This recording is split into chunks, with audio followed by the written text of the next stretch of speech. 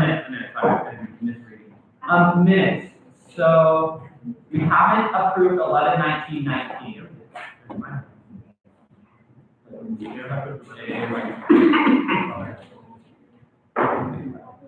11/26/19.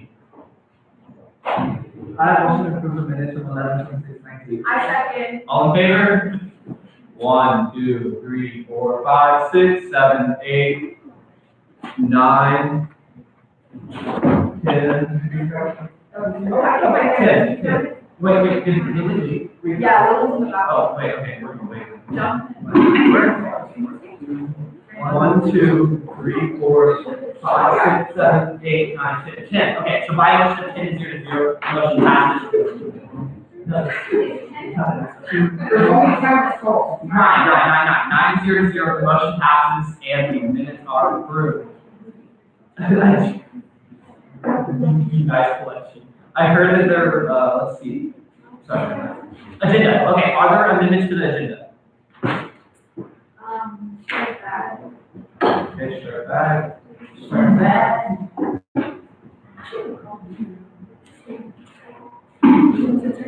Strike SFS, is it? Okay. I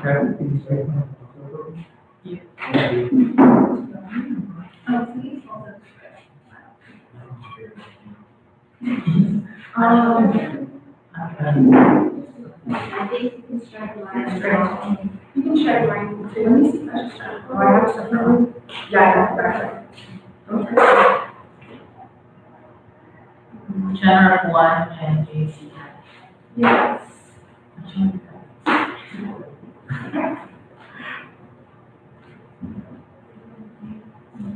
Oh, I'm doing that.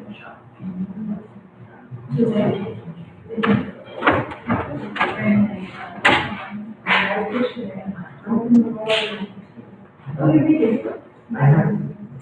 Yeah, one was like, just from the day we were. No. No, I'm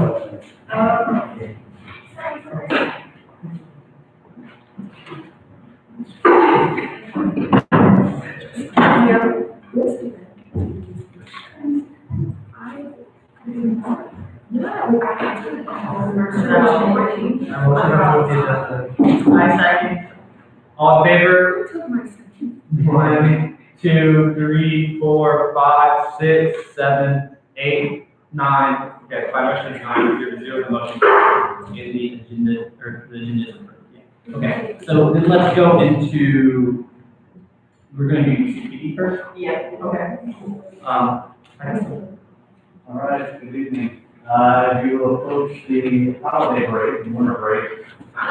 Just a couple of tips, make sure that you are leaving vehicles here, make sure there's nothing inside them that can be seen.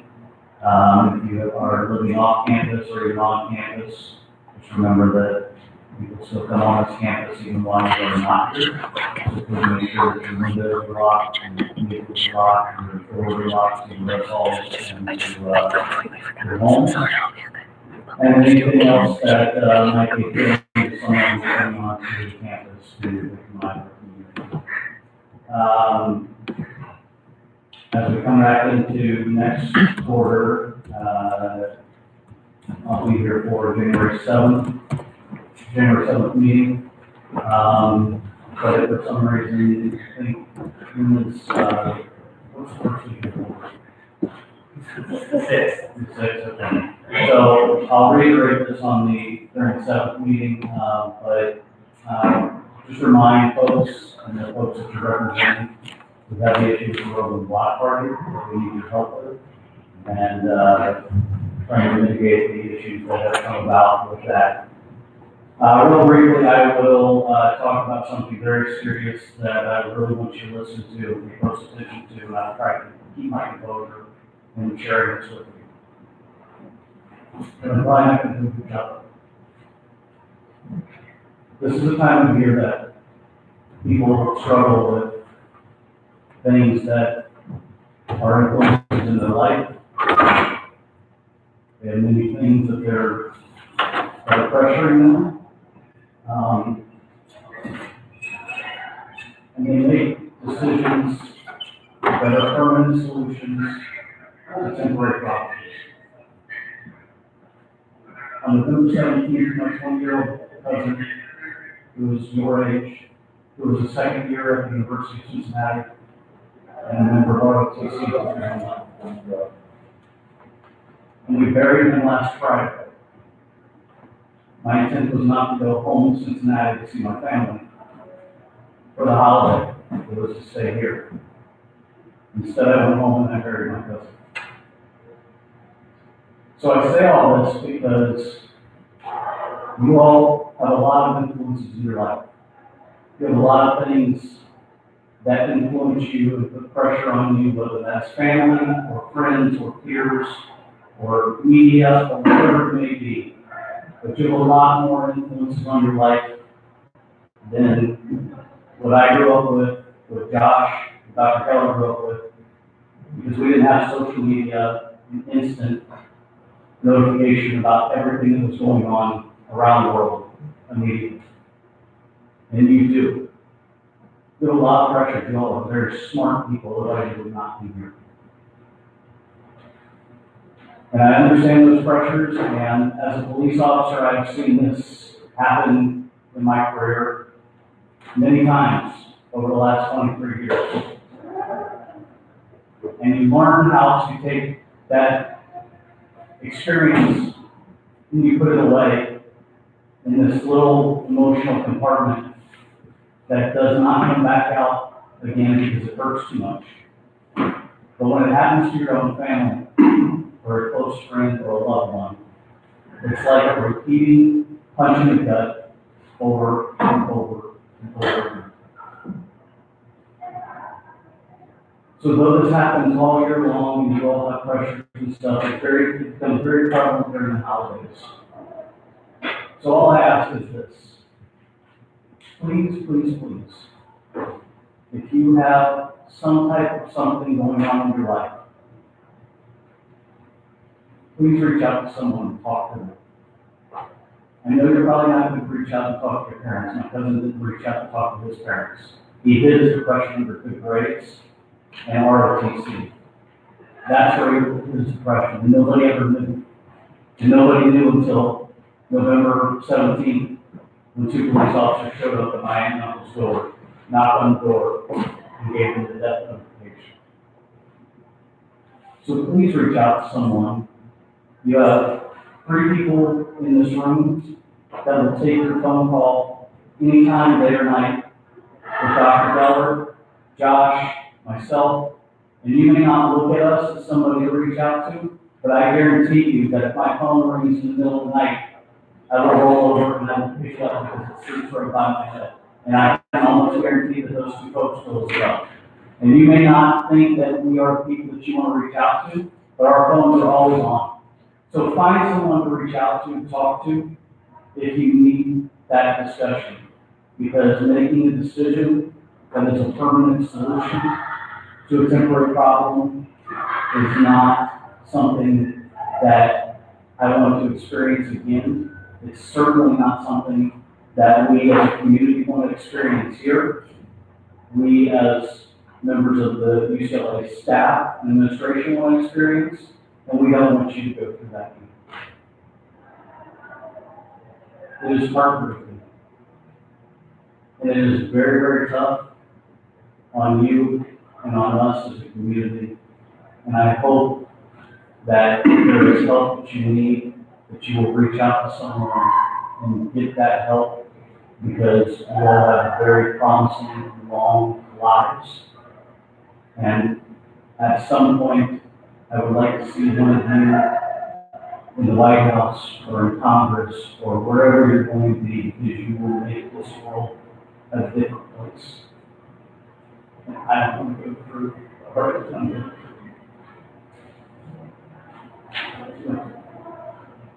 I think on behalf of all council, we're very sorry for your loss.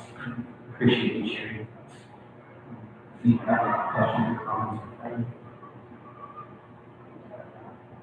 Thank you so much for coming and sharing.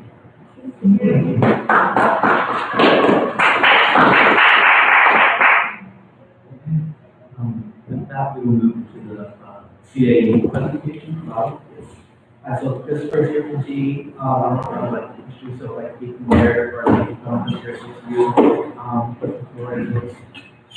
Yeah, so my name's Chris. I work for the I'm the Associate Director at the CAE. I'm also the 8854 Compliance Grievance Officer for the university. So I sit in two kind of offices, on the interim for one, permanent on the other. And I recently spoke with Follow about kind of CAE, what we do. But there are specific questions around kind of our growth, how many students we serve, what type of students we typically serve, and then overall questions around kind of staffing, right? So I provided kind of an oversheet glance of UC, of the CAE at UCLA. So quick kind of guide would be one, our staffing or our student increases. So we have approximately about 4,000 registered students. I've been here for 3 years. So within the time period from 2010 till now, so 10 years, 2009 to 2019, about 10 years, we've seen a 132% increase in student registration. So we're averaging about 500 requests per quarter for students, the heaviest being in the fall. Winter's a little less, picks up again in the spring and again in the summer. So that's how many students are requesting services for the first time for the CAE, to assess, one, if they have a disability, and two, if they qualify for accommodations, and if so, what those will be. So we have an online process that we have with students to request services before they used to have to come in person, request it in person. Now they actually submit an application online, which kind of expedites the process, makes it a little bit faster. And they submit what they need online, and then we can do virtual intakes for students, or they can come into the office to meet with one of us. We get questions a lot about our staffing and what our ratios are. So how many students per counselor? There's 4 counselors plus 2 associate directors that have student caseloads, to myself and Norma, Dr. Katie, who oversees all the counselors. We each average right now, so my caseload's close to 300, Norma's is about 300, and our counselors are averaging at this point about 500 apiece in students, and then our director also has some cases as well. For caseloads in comparison to other campuses, we're double what most campuses have. Nationally, most have about 1 to 200, so we're also double kind of the national rate as far as student ratios to counselors. I would say we talked about what kind of accommodations we get. So I told all that we had, for 2018, 2019, 17,000 points of contact. So that means how many phone calls, how many conversations with faculty, with staff, with students, advising sessions, intake sessions, all the works. So we had about 17,000 points of contact that we recorded for 1 year. And then I also let them know that we saw housing increase in requests. So for example, 2018, 2019, we had 374 requests for housing accommodations for the first time, of which about 70% were for emotional support animals, which is our biggest increase. And then also one of the challenges that I told them we kind of have been experiencing on the housing side is fake letters online that we get from people who have these ESA letters. So that takes a lot of our time to figure out whether or not the disability is legitimate, and then whether or not the accommodations are necessary for housing. That's kind of the gist. We talked about transportation was one concern. So transportation is actually, we had a van service we used to manage. Transportation now manages the van service. We manage the intake for someone who's requesting to use the service, right? So we identify whether or not they have a disability and if the van service is necessary. And we moved also insurance and risk management on the staff side, does the same thing. So now staff members have access to van rides, which they did not have access to until earlier this year. Transportation is open to get an additional van so they can expand the service and allow more students to sort of utilize it. We talked with Lily Shaw about trying to figure out how to prioritize some students over others, so that students with permanent conditions have readily access available to the van service, which is something we're starting for this upcoming winter and spring quarter. We had a meeting with transportation about how to do that. So meaning ending the services for some students, to be clear about when that ends, and making sure that other students have permanent status and that they get priority for their rights. I think that was the gist, right, of what you wanted me to kind of, in questions, kind of answer any of those things. That's the CAE in a nutshell.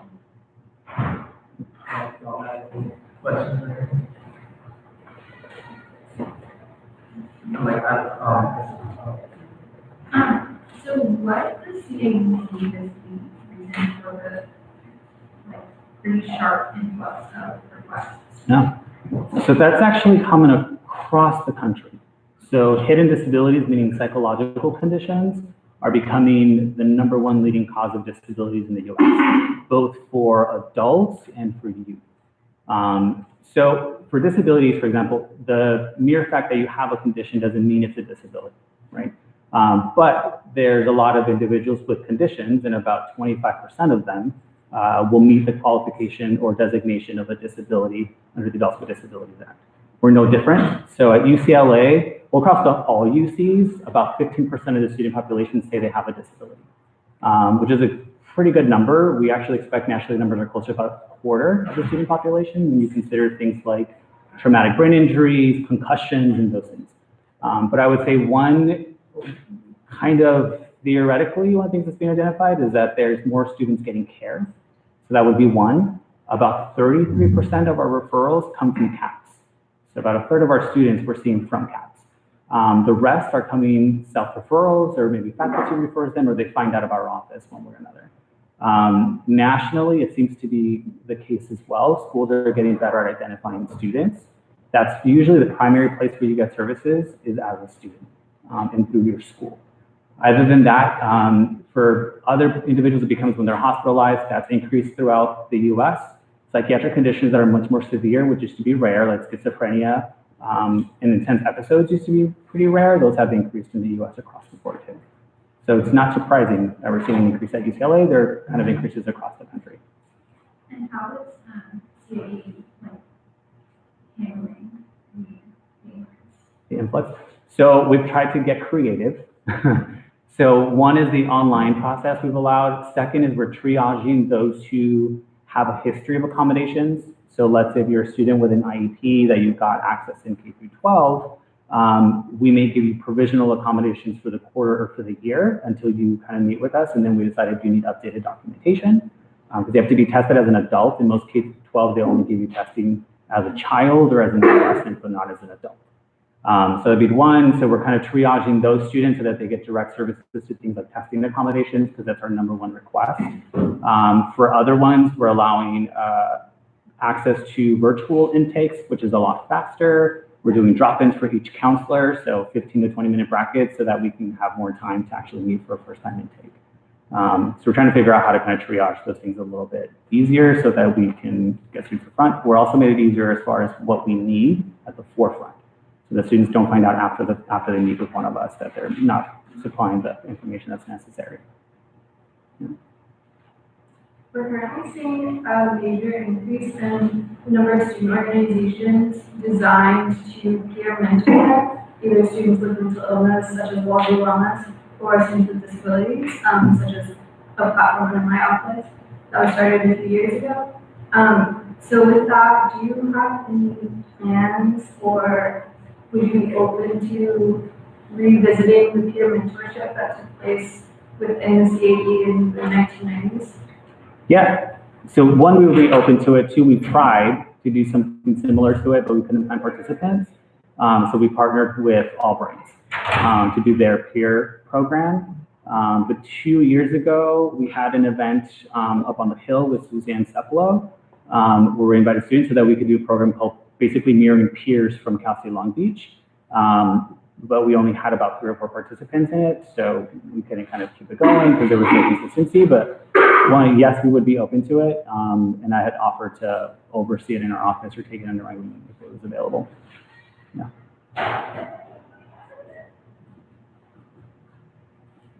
Other questions? It's my understanding that, like, what was it, 2 years ago, states stopped offering compensation for note takers. Is that as a result of, like, money having to be redirected to accommodate those students, or just like? No, so that was actually a result of guidance from OCR. So OCR is the Office of Civil Rights, Department of Education. So they're one of the major compliance that we have to abide by because they write auxiliary aids, right? So under the law, there's a section called auxiliary aids, which means things like hearing devices, ASL interpreters, those types of things for effective communication. So we didn't have any other service beyond peer note-taking. The issue is that the service has to be effective, right? And so peer note-taking, in a lot of ways, is ineffective because you're not writing notes for a particular student. You're simply, any student in the class is just sharing whatever notes they have, which many of our students, so we would get a out of our note-taking service, we had about 780 students receiving note-taking every year. Our survey, or those receiving them, 97% were dissatisfied with the service. So because the service dissatisfaction was so high, we would get so many complaints about every single piece of document that would be uploaded. Students were requesting more specific types of notes. They will simply say, well, this is just an outline of what the faculty is saying. To us, in a lot of ways, was a peer note taker means you should have one when you need more like transcription services because you're unable to write, right? Where other areas like lack of concentration or areas of concentration, audio note taking or other means would be much more effective because you can go back and listen to it, you can pause it, you can actually read a transcription. So we now offer Otter. So Otter kind of live transcribes for you. You're able to come back to it, you can modify it and edit. You can export it to a PDF or Word document and come back to it. You can share it with other students, right? The faculty can share directly with you. We have SonaSent. So SonaSent is pretty much like OneNote, with the exception that you can upload documents to it and then write notes on your side, and then also some sections may transcribe for you. And then we still offer peer note taking, but we actually do volunteer also because of things like CHR and HR payments and what students can be paid and when and how. So logistically, the payments got really complicated as to when students could be stipended in for the payment. And we had a high dropout of peer note takers even when we were offering payment at the end of the quarter. We typically would stop receiving student notes by mid-quarter. So about 70% of our students wouldn't upload notes by mid-quarter. So something that's come up in my office and I received a lot of complaints about is the lack of assistance or alternatives for students who may have to miss a lecture or two due to unforeseen medical procedures, or if they're under the weather with chronic illness, they are unable to make their lecture for whatever reason. And these recording devices don't offer an alternative.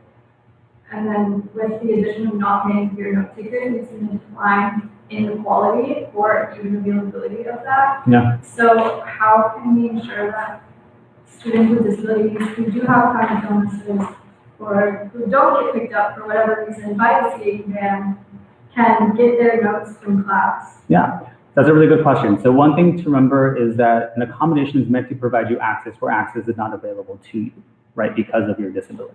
So meaning it's something that everyone has, but because of the nature of your disability, in essence, right, you don't have access to it. Right? So if you're a blind student, you may need to have your documents converted for you to have equal access to as everybody else. So it's important to know that when a student who doesn't have a condition misses class, right, what is their procedure process by which to get notes from somewhere else? So an accommodation doesn't give you something that isn't already accessible to everyone else, right? So we can't give you access to notes as a means to not being able to be present in class. So that's not the nature of how a note-taking accommodation would work. So meaning if you're not in the class, then you would go through the same process as everybody else to say, well, how do I get notes when, so-and-so is not in class? So it's really important to know. So we have a peer note taker in class and a student misses, there may be someone else getting notes. We will take a look to see if we have any notes for it. But under ADA, there's nothing that we can do to basically say, you must get notes whenever you miss class. We may modify your attendance requirement in the class, in the policy, so long as it does not fundamentally alter the nature of the course. That's a fundamental key term to know, is that if it fundamentally alters the nature of the course, we can't offer it as an accommodation because it changes the nature of the delivery of the course, of its structure, of its purpose, and its elements. Right? It's the same thing in employment. So what we would do is we come up sometimes with alternatives. If a student has appointments, we try to work with them ahead of time and give them party enrollment. So they're students who typically will have to attend multiple appointments throughout a quarter. If they're a student with, let's say, depressive disorders and those things, you're automatically, at that point, if you qualify for the accommodation, you may be getting what's called an adjusted attendance. In those cases, you contact your counselor. Your counselor works with your faculty to modify the attendance policy as much as possible. It's what we would call like a reasonable modification to the policy. But I think in your case, sometimes what we do is we reach out to TAs or we reach out to faculty to see if there's another means of getting access to notes. But we typically can't give a waiver to say, if you don't attend class, we'll provide you notes in these other ways. Even peer note taking didn't quite work that way either. But we would take a look to see if we have anything available. Yeah. I think something that, I'm sorry. Something that we had talked about in our meeting that we had met, I believe, was important to for everyone to know as well. I think we talked about the like lack of training Yeah. that a lot of like TAs and sometimes professors even have. Like a lot of them have never even come into contact with students who need accommodations. So like I know we brought up like Lily's case in some of her classes where like professors are really like not knowing what to do with these students, and we talked about addressing that through the academic senate. Do you have any like thoughts about that? Any previous attempts with staff and even council with benefit from here? Yeah, so we do a lot of trainings because that's one of the areas that we often hear from students that's lacking.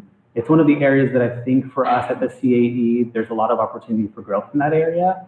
So in 1 year, we've done 90 trainings, right? So there's very few of us, but we will go train whoever we need to train. Most of the time, we train departments where we get the most complaints about. So we get a lot of complaints about a certain type of department, we will reach out to them and do a training. But I think one of the areas that's unique is that in other campuses, typically disability training is required. So it's required by faculty, it's required as a part of employment, the same way you're required to do sexual harassment training, right? So, or anti-discrimination training, those type of things falls into the same kind of platform. I think UCLA is a little unique that that's not sort of required, but we would be happy to work on creating something. The 8504 office, so the other side of what I do, right there, the essence there is kind of compliance. So I typically do a lot of trainings around compliance things, but that's typically also as a result of complaints. It's not so much proactive of let's figure out how to kind of institute a training for faculty and for TAs. I will say we recently did do a training for TAs, and that's maybe a training that will be ongoing, but for faculty that's not, and staff that's not quite there. Yeah, so I think there's an opportunity there. We'd be happy to be involved in any way that we can. Other questions? I think it's some last person, because I know that we find out we have like a support like TV, like it's just something I know like dealing with really like with you all and reporting like kind of trying to do those things. But I was just wondering like those meetings are like hard to get with my chances, right? So like in the meantime, like what are things that we can like either like also just like new officers, but also like collaborate in general, like do better like get out the word about TV. Like I think there's all like just to touch on like what the conversation is like what is legally allowed. So I think what I think that we can do is whatever like programming event or like something along those lines, whatever. Yeah. So go ahead. I just wanted to add on to that too. I know you and I discussed opening up the CAE in terms of furniture and about to make it kind of a community-oriented space in addition to accommodations. I recently met with a student from Irvine, UC Irvine that has a disability, and she said they provide shuttle transportation from their center of campus, equivalent to our room plaza, to their equivalent to CAE. And it's much more of a meeting space and gathering space for students to come and get their accommodations, but also a space to feel welcomed and included. So something Willow and I collectively discussed was creating a funding proposal for our upcoming surplus to grant that money to the reformation of CAE and making it a community space. Our surplus deadline is week 1 of winter quarter, so we have to make that decision fast. But that's something we would very much like to do, is offer that money for programming events and buying new furniture for people to sit and study together. So I would like to know if you perceive that as a possibility. Yeah, so it's something we already discussed with our staff after our meeting. We have another staff meeting on Friday.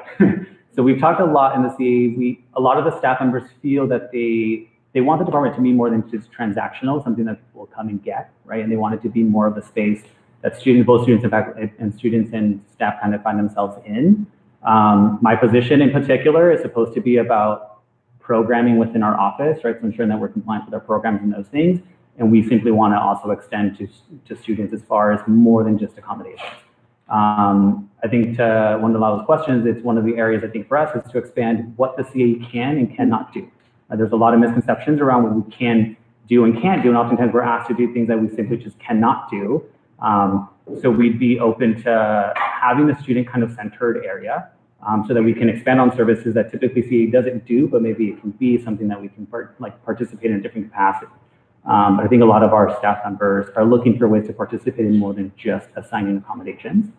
We have counselors who are involved in, at this point in housing issues, in other programs. They involve themselves in the Growing Resource Center. So they're looking for ways to expand and kind of get more involved. But as far as transforming our office, yes, the answer is yes.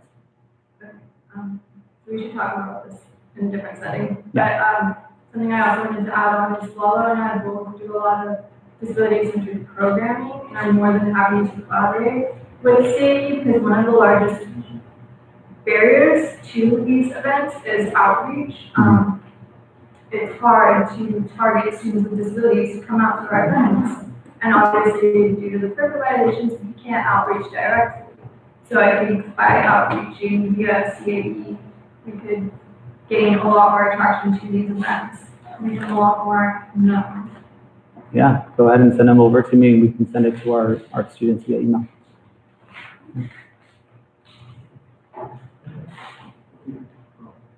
Yeah. Thank you for coming out tonight.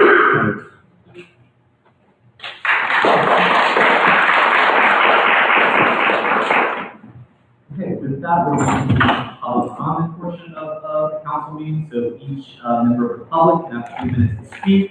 One time in the meeting. All we ask is that you be respectful, take your time. So we're going to start with 3 sections: no audio, no video, audio, no video, and then audio and video.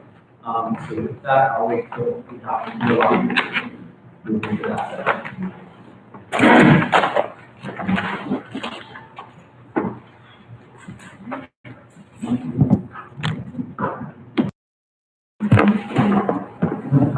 Okay, we're good. Okay, so I'm going to start from the front row, right to my right to left, and then to the back row. Just raise your hand. This is no audio, no video. Okay, we'll do the back row, for no audio, no video. So no audio, no video is just our USAC Live, so it's recorded on YouTube. For the student body. Okay, so with that, we'll move to the audio, no video portion of public comment. Okay, so audio, no video. Okay, in the back rows. Okay, and then we'll move into audio and video portion of public comment. Thank you. Okay, front row. Nothing from you, Thought? We're doing next. That's chill. Second row. Third row.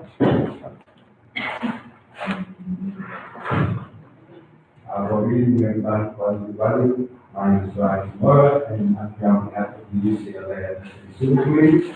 I wanted to talk about the ethnic model curriculum in general, and really in celebration of the 50th anniversary of the Institute of American Cultures here at UCLA, and keeping to our tradition of producing world-renowned research and scholarship that is worthy of the public sphere as well.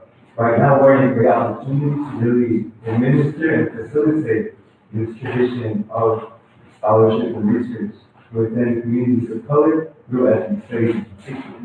Right now, California is in a great opportunity to demand that ethnic studies be a high school requirement for the students within the public sector of our education system. And I believe it's very important to be able to, not only as a public institution, but again, as our own institution, be able to pass this through for 2 main reasons. First and foremost, ethnic studies has been proven to increase academic achievement levels, such as GPA scores, attendance levels, and even standardized testing scores.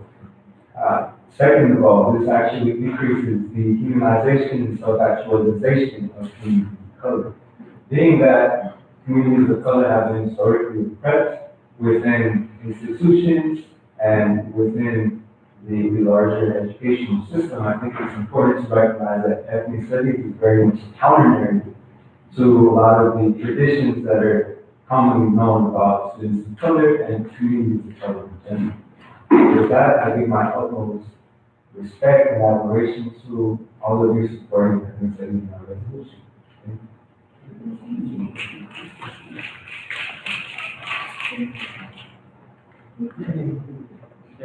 right. Hello, my name is Layla Ajaka. I'm a here with UCLA. I'm also here to speak on behalf of the UCLA Meeting. We will to support the resolution, conducting studies for students of color, particularly if the result of education has been shown to set increased graduation rates. And furthermore, I personally got to experience having studies I guess, curriculum my entire K-12 education. And it is one of the more critical parts of my education that helped me form my, I guess, self-identity. And now as a college student, I've gone back to my community as an educator and worked at the school that I went to. And seeing it from the side as an educator, I see how my students learn about people who look like them and people who look like their neighbors and peers and their parents, help them form some type of agency. And this agency allows them to go back out into the world to fix the problems that they think need to be fixed. As a high school student, I also traveled to the United Nations because it's something that I'm passionate about, and I also participated in the United Nations Permanent Forum on Indigenous Issues as part of the Youth Caucus, and it was one of the more transformative experiences that I've ever had as a youth, and being able to go back into my community with those experiences in my students, now as an educator, I see how important studying education is. And I think that it's very important for us to be able to allow other students to have that privilege. It's not to say that it is a privilege for students get to learn about themselves, but it is what it is. And I personally urge you all to support this resolution in order to give these students this opportunity to be able to learn about themselves and their communities and other communities of color, because it does allow them to form agency and critical information.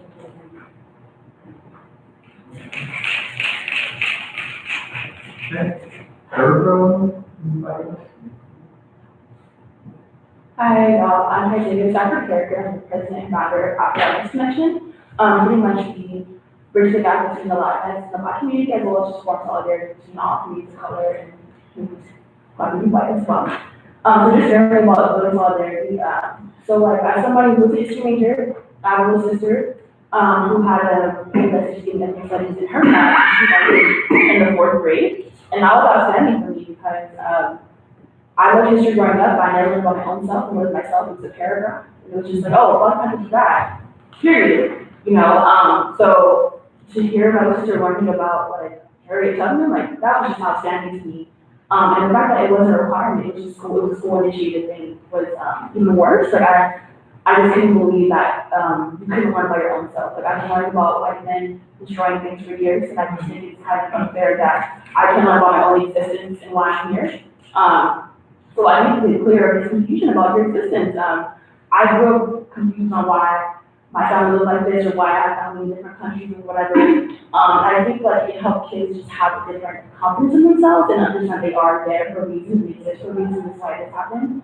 And just for just general clarity and just so communities can have solidarity, I feel like growing up with each other, somebody who's Afro-Latina, I felt like there's a lot of anti-Blackness in different communities and you know, switching it going back between the Black community as well. So kind of antagonizing what history that they showed you and learning about actually true and real ethnic studies would allow for a lot of community colors to experience solidarity.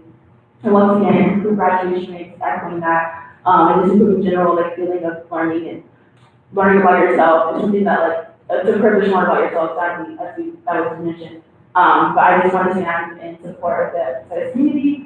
Because it's sad that I can barely take classes at UCLA to do ethnic studies. But, you know, and I'm just a major. I'm doing what? 2 hour classes? It's embarrassing, right? They're always full. So it's like, even at the college level, those high schools are fight for it, but it's still an issue at our level. So I would just think that I really hope y'all support this ethnic studies resolution because it means a lot to not only people below us, but people above us as well. So thank y'all for being here and I really hope y'all support it. Thank you.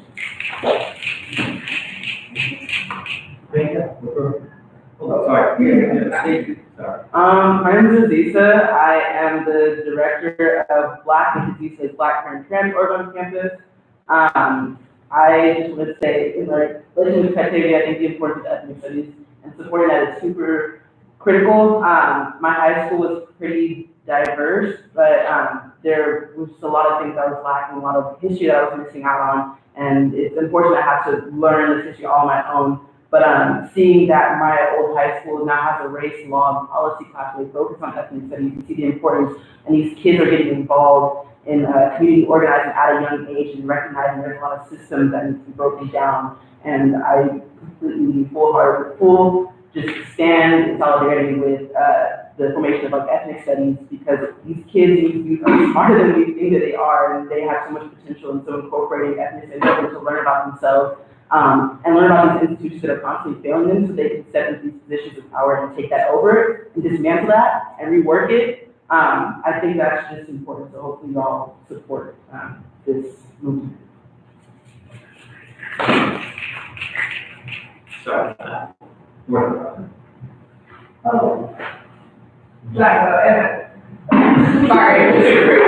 I'm Kate McInerney. I am also here in support of the Ethnic Studies Coalition. As the resolution points out, the value of ethnic studies is not just for students of color, it's also really valuable for white students. I took a interracial dynamics class all last year, that was the last year, taught by a variety of faculty from the American Indian Studies, interdepartmental department, and African American Studies, Asian American Studies, Chicano Studies, and it was a really valuable experience, and I think all white students should be required to take a course like this and have faculty of color who, teach them like how it is, because I feel like the history that I learned in high school and in elementary school, it feels fake, honestly, after taking that class. So I feel like, just like to point out the value for all of us, and that's very much in support of what that Ethnic Studies Coalition is looking for. Sorry.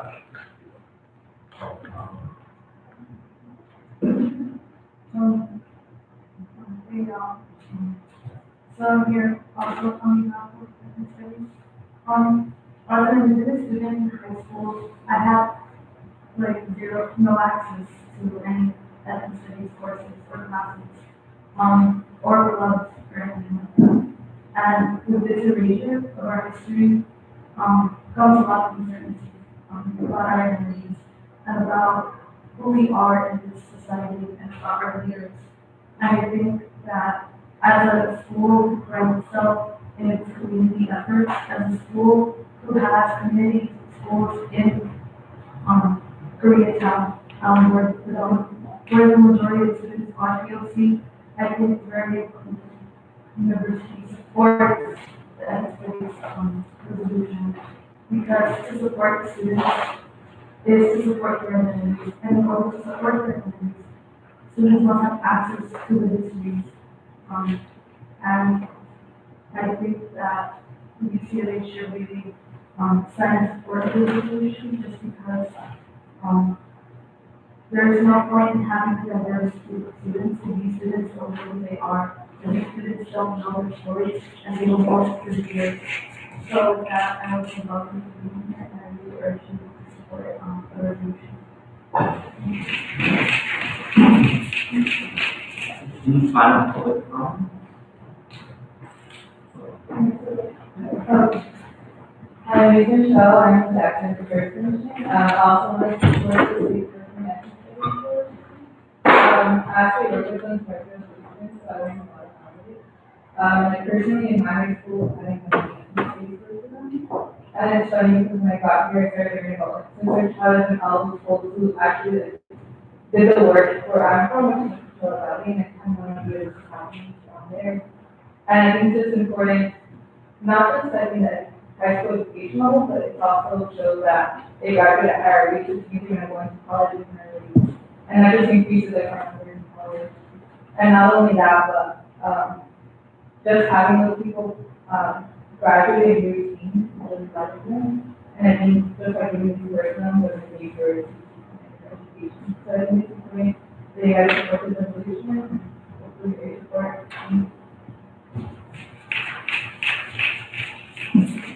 Sorry, generally, we don't allow people to speak, but it's. Does everybody feel comfortable? Yes. Oh, sorry, person next to me.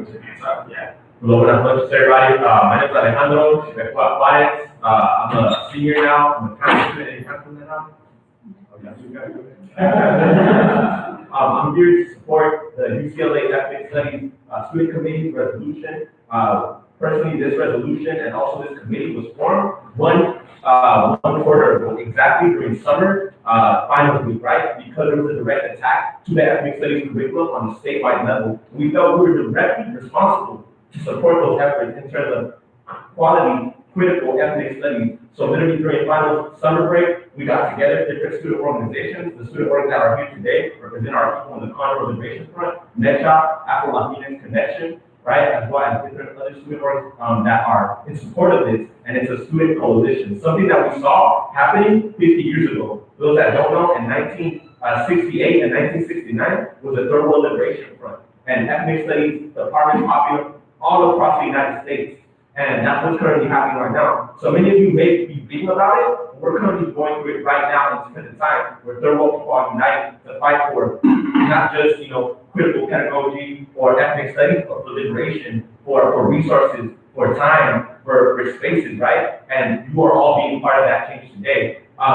This work, what we're doing currently right now, is very important to not just us at UCLA students, but our communities that have been literally robbed, right? Robbed from our history, from our stories, and we felt that we need to go directly in there. Personally, me, I didn't have ethnic studies necessarily as a class in my high school, but I had some type of culturally relevant space that developed me and really helped me out. Those that don't know, I was actually expelled in middle school and expelled in high school and went through the system where many of you maybe know someone that has been through the system, but the school justice system did everything they can to basically kick me out of education. But here I am now as a transfer student, as a UCLA senior, right? And with the help of ethnic studies, that's what really pushed me forward. And I decided I have responsibility for that too. So I did research here through Education for Tomorrow, GMRP, to find the effects of Chicana studies on California continuation high school students. I'm a continuation high school student. It means I was kicked out. And we found incredible results that these students wanted to go to college after this, that students wanted to engage in social justice work. So from the students that were most pushed out of the educational system, they found that they could basically make it at UCLA. And that's the only reason why I'm here. That's the only reason why I'm in the school, is to push for ethnic studies. And I will become a future ethnic studies educator. And we're pushing for this to make sure that UCLA, its ethnic studies department, its research center, its school of education directly helps in this ethnic studies movement in K-12 education. Please, I ask all of you to unanimously pass this resolution and everything that we're pushing for. Thank you.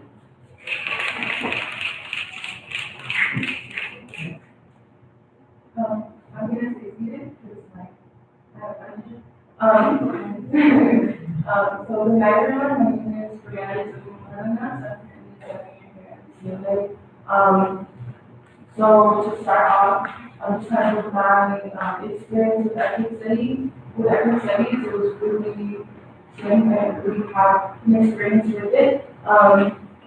As someone who is undocumented, being removed from my community as I was older was really a tough experience for me, coming here and not being able to connect with my culture back in Vancouver, right? And having that disconnection was really difficult for me to understand where I came from, the history, and just overall finding myself as a Native person here in the United States. In high school, I urged this teacher that I found was the one who was a little more connected with the ethnic studies struggle, and we were able to formulate and create space and facilitate workshops for the Undocumented Teachers Association, and be able to teach them on how to teach undocumented brown students in the community post-child selection. And I think that through the guidance of those workshops, facilitating those workshops, and being able to sit there and tell them my story from being an undocumented person, being a person of color, was extremely, beneficial not only for me, but I know also for them, getting that guidance as being white educated and predominantly brown and black spaces. So I think that me as a student having to take that initiative to teach them was something that, although it was, like I said, beneficial for me as well, was not something that I should have been, doing. It should have been implemented, it should have been, leading us to the curriculum, right? So I think that having that resolution, paper resolve, being passed that curriculum is extremely important. And I think it's also extremely important as well to really support this resolution. Because it's important for our students to have access to understanding their identities, understanding where they come from, their histories. And that's why I urge y'all to, support the resolution.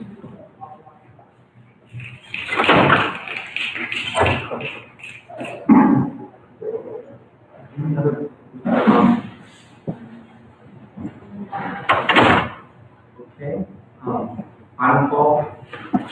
Thank you all for coming out and giving your comment. We really value it. Appreciate it. With that, we conclude public comment at 7:56. And we're moving into our funding bodies. So contingency programming, Hi, so this is the contingency programming fund received 20 applications from both USAC and non-USAC groups. And the total amount requested was $17,745.82. And our recommended allocation is $8,137.08. So motion, I motion to allocate $8,137.80 I second. all in favor? 1, 2, 3, 4, 5, 6, 7, 8, 9, 10, 11, 12, 13. All abstaining? You're abstaining? Okay. That's you can speak. Oh, are you voting yes? It does. Yeah. If you're receiving money, oh, sorry, yeah, so if you're generally receiving money, generally you abstain. Yeah. Okay. Sorry. Okay, by motion of 12 to 0 to 2, the motion passes and continues to be approved this week. Okay, thank you, Maddie. SWC programming fund allocations, you just got here. Oh, okay. 1,500 was requested, $750 were allocated to one non-USAC. And the reason the other applications turned out is. Okay, is there any opposition? If there's no opposition, then the SWC programming fund allocation is approved for this week. ASRF allocation. ASR allocated $1,391.38, this week. Is there any opposition? Okay. If there's no opposition, then ASRF allocations are approved for this week. AC child management allocation. Travel grant fund allocated $724.08. Any opposition? If no opposition, then the AC child management allocations are approved for this week. Art fund allocations. Yeah, we can. Okay, special, so we'll move into the special presentation. We're allocating $4,458.62 to multiple people. How many counts? Is there any opposition? Okay, if there's no opposition, our fund allocations are approved for this week. Questions about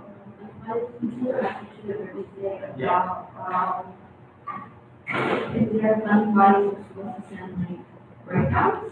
Yes.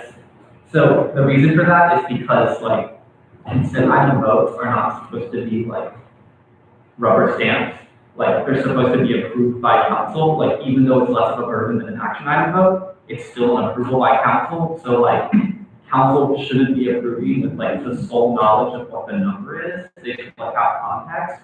And like it's council's discretion if you want to review that or like make an uninformed vote or even just consent to something that you don't have information of. that's fine. But like at the very minimum, like offices that are bringing appointments forward, that's why appointments even for consent items are supposed to go paper review by ARC.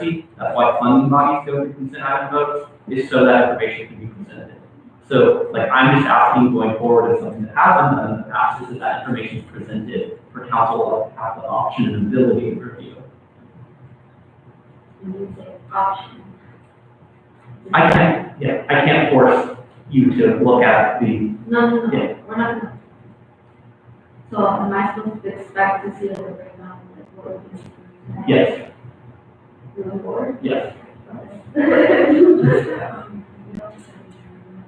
It's USAC council, I think it's USAC council at ASUCLA.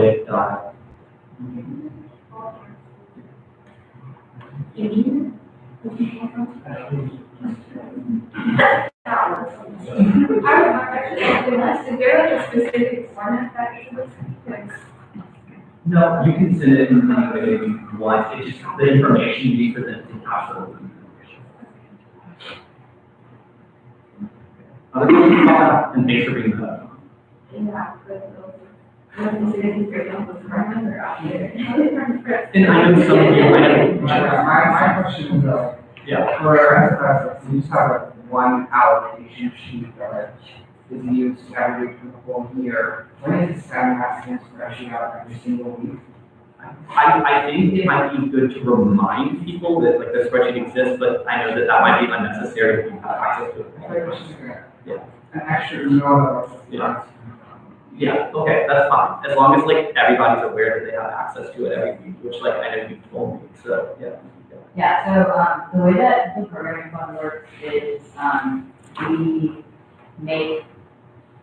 we like vote on what we're gonna fund and not fund from previous week's applications.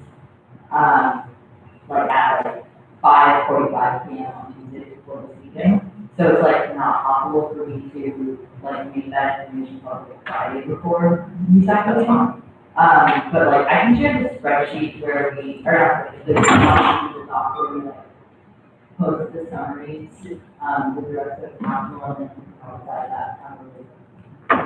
Okay, yeah, the Friday, Thursday deadline is more per the agenda, just because since it's on the agenda, like with the resolutions, they should be presented and submitted by Thursday or Friday if possible. Obviously, like for CSC, SWC, and I'm assuming probably for some of you also anybody's too, that that's not necessarily possible. So I think just like more importantly is the information at some point, hopefully before council is presented, so like people can make informed votes or informed consents on the votes. Okay, cool. Anything else regarding that? Okay, cool. Then I think we're done with all of that, so we'll go into special presentations, the faculty equity campaign.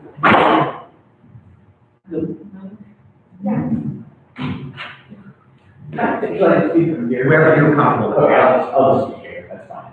My name is John Branson, I'm a lecturer in the political science department. So I'm here representing the UCAFT, it's the union for all of the lecturers that cast at UCLA.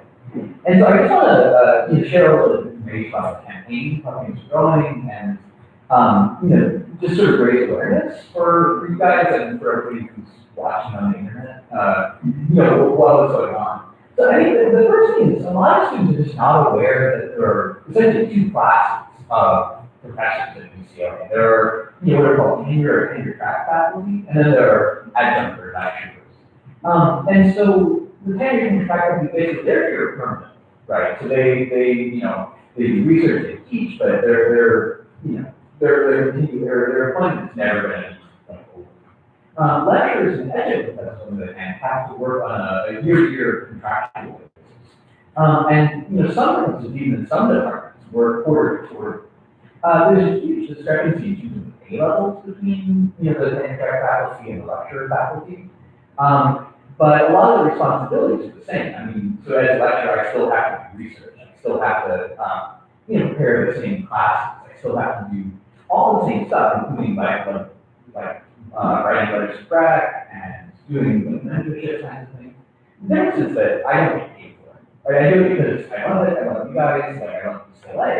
But there's a real disparity between the way ways that tenure-track faculty or some faculty are treated and recent lectures. So right now, the UCAFT is in the process of renegotiating our contract with the UCA. So this is a statewide campaign. Actually, just today, over at YRL, we had a bargaining session with the UC's administration. And so we're fighting for a few like pretty basic things, we think, and we're meeting a lot of opposition from the UC administration. So this one, the sort of most basic thing is, you guys have probably all had an experience where there was a professor in your department you really liked, and you wanted to take class, school, so you hope you could get in the next year with the same professor. But then that person was just inexplicably gone. So what happens a lot for lecturers is it's a practice they call churning or forced turnover, where basically they don't have to retire. So you guys can imagine, like, if you had to reapply to UCLA every single year, right? Like your nerves would really break. That's how it is for us. So, because I'm teaching this year, doesn't mean that I'll teach your next year if I like.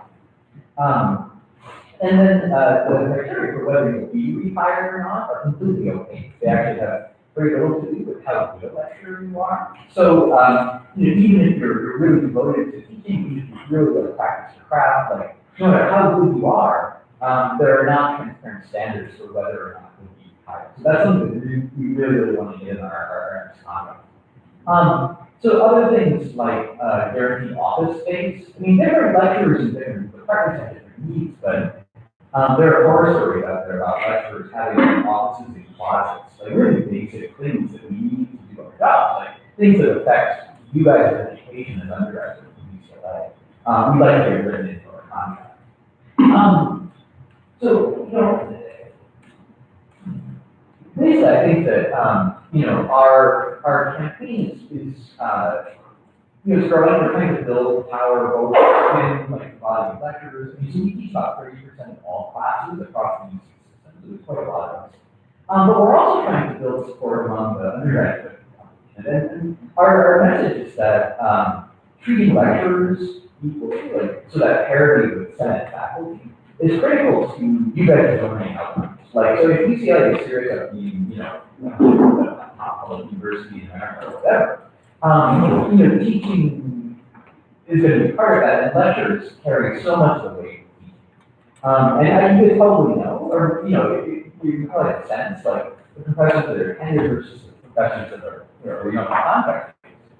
There's often a real difference in UCLA quality and things like that. And so, so we'd like to get everyone's support among the student body to help help us get power to. Yeah, kind of comment. I think it would be fruitful if you could maybe highlight some of the barriers that faculty face when trying to receive tenure, or why we have such an influx of lecturers in the first place. Yeah. Because I'm a senior in the Poly Sci department. Actually, not even a sophomore year. And this was my first time. This quarter was the first time I ever had a tenured professor in the Poly Sci department. Really? Yeah. Yeah. So basically the two-tier system kind of works like this. So, people often ask, well, why can't you just, like, why don't they just bump you up, right? So why don't they just put you on? And essentially, once you're on that adjunct, level, there's no jumping over, right? You're hired on either the tenure track or as a lecturer, and you can't switch between those two streams. Part of the reason is funding. So a tenured position has what we call a line, it's a guaranteed amount of money that's going to cover that person's salary. So you hire for that specific position. The lecturer pool is basically there's money and the department can allocate how it wants, for whatever distribution of classes it wants, but it's contingent on a yearly basis. So it depends what demand is, it depends how much funding is coming down. Depends on so many different factors. It's part of the contingency that we experience. So even if the department would like to be able to offer somebody, a contract in future years, the instability of the system in general doesn't always make it possible. So it has a lot to do with how departments do things, how they choose to allocate money, but it's a systemic problem. So one of the reasons why this is a thing, like this, I mean, it's not just a UCLA problem, right? The UC problem, but it's a problem nationwide, is because it's advantageous for the university to not have people around. It's a way of breaking the power that, professors have, like if they don't have that guarantee of stability.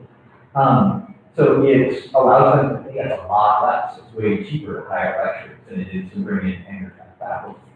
And because, we're dedicated, because we care, because we want to do a good job for you guys, I think we were looking at this and we estimate that, we're underpaid by about 20% in terms of the extra labor.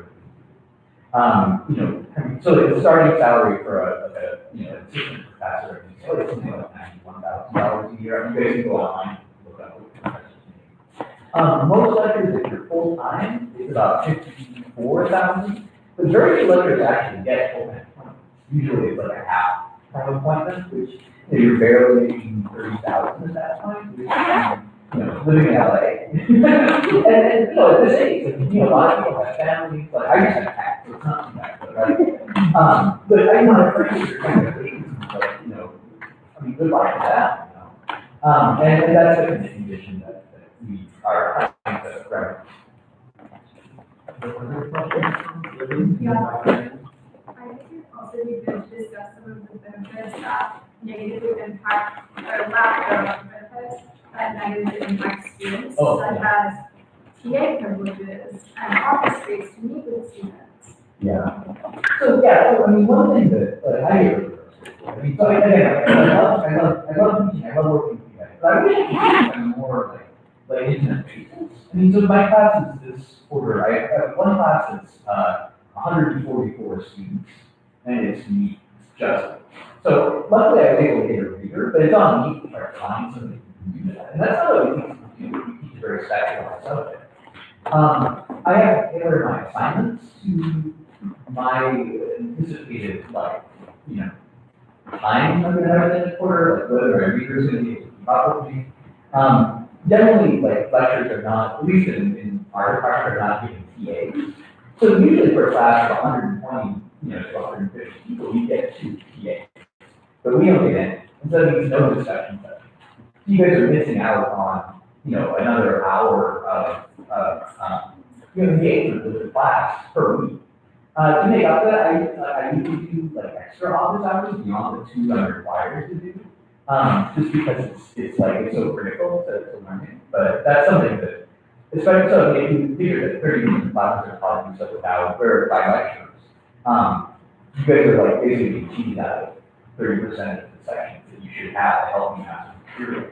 And we can do better assignments. If you guys don't everyone complains about the stand prompt tests. When you have 150 students and it's just you've got no choice to do the stand prompt tests. So that's the simple ways that the structure of the system affects your education directly. Oh, I should say too, the economic situation, even if it doesn't affect the outward appearance, it affects your professors in a really fundamental way when it comes, especially in spring, they don't have to line up, they don't know if they're gonna have a job or not. That stress is really intense for a lot of people. We try to hide it from them, but I know it affects my colleagues' work, it affects my work.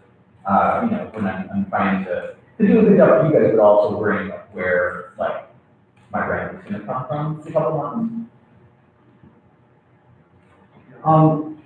One other, it's sort of a comment, and I'd love to hear your response on it. One other thing that I see all the time, and I would assume this problem has something to do with it as well, is I had to leave the political science department because the department consistently, because they don't have tenured faculty on the books, they can change the number of course offerings very frequently.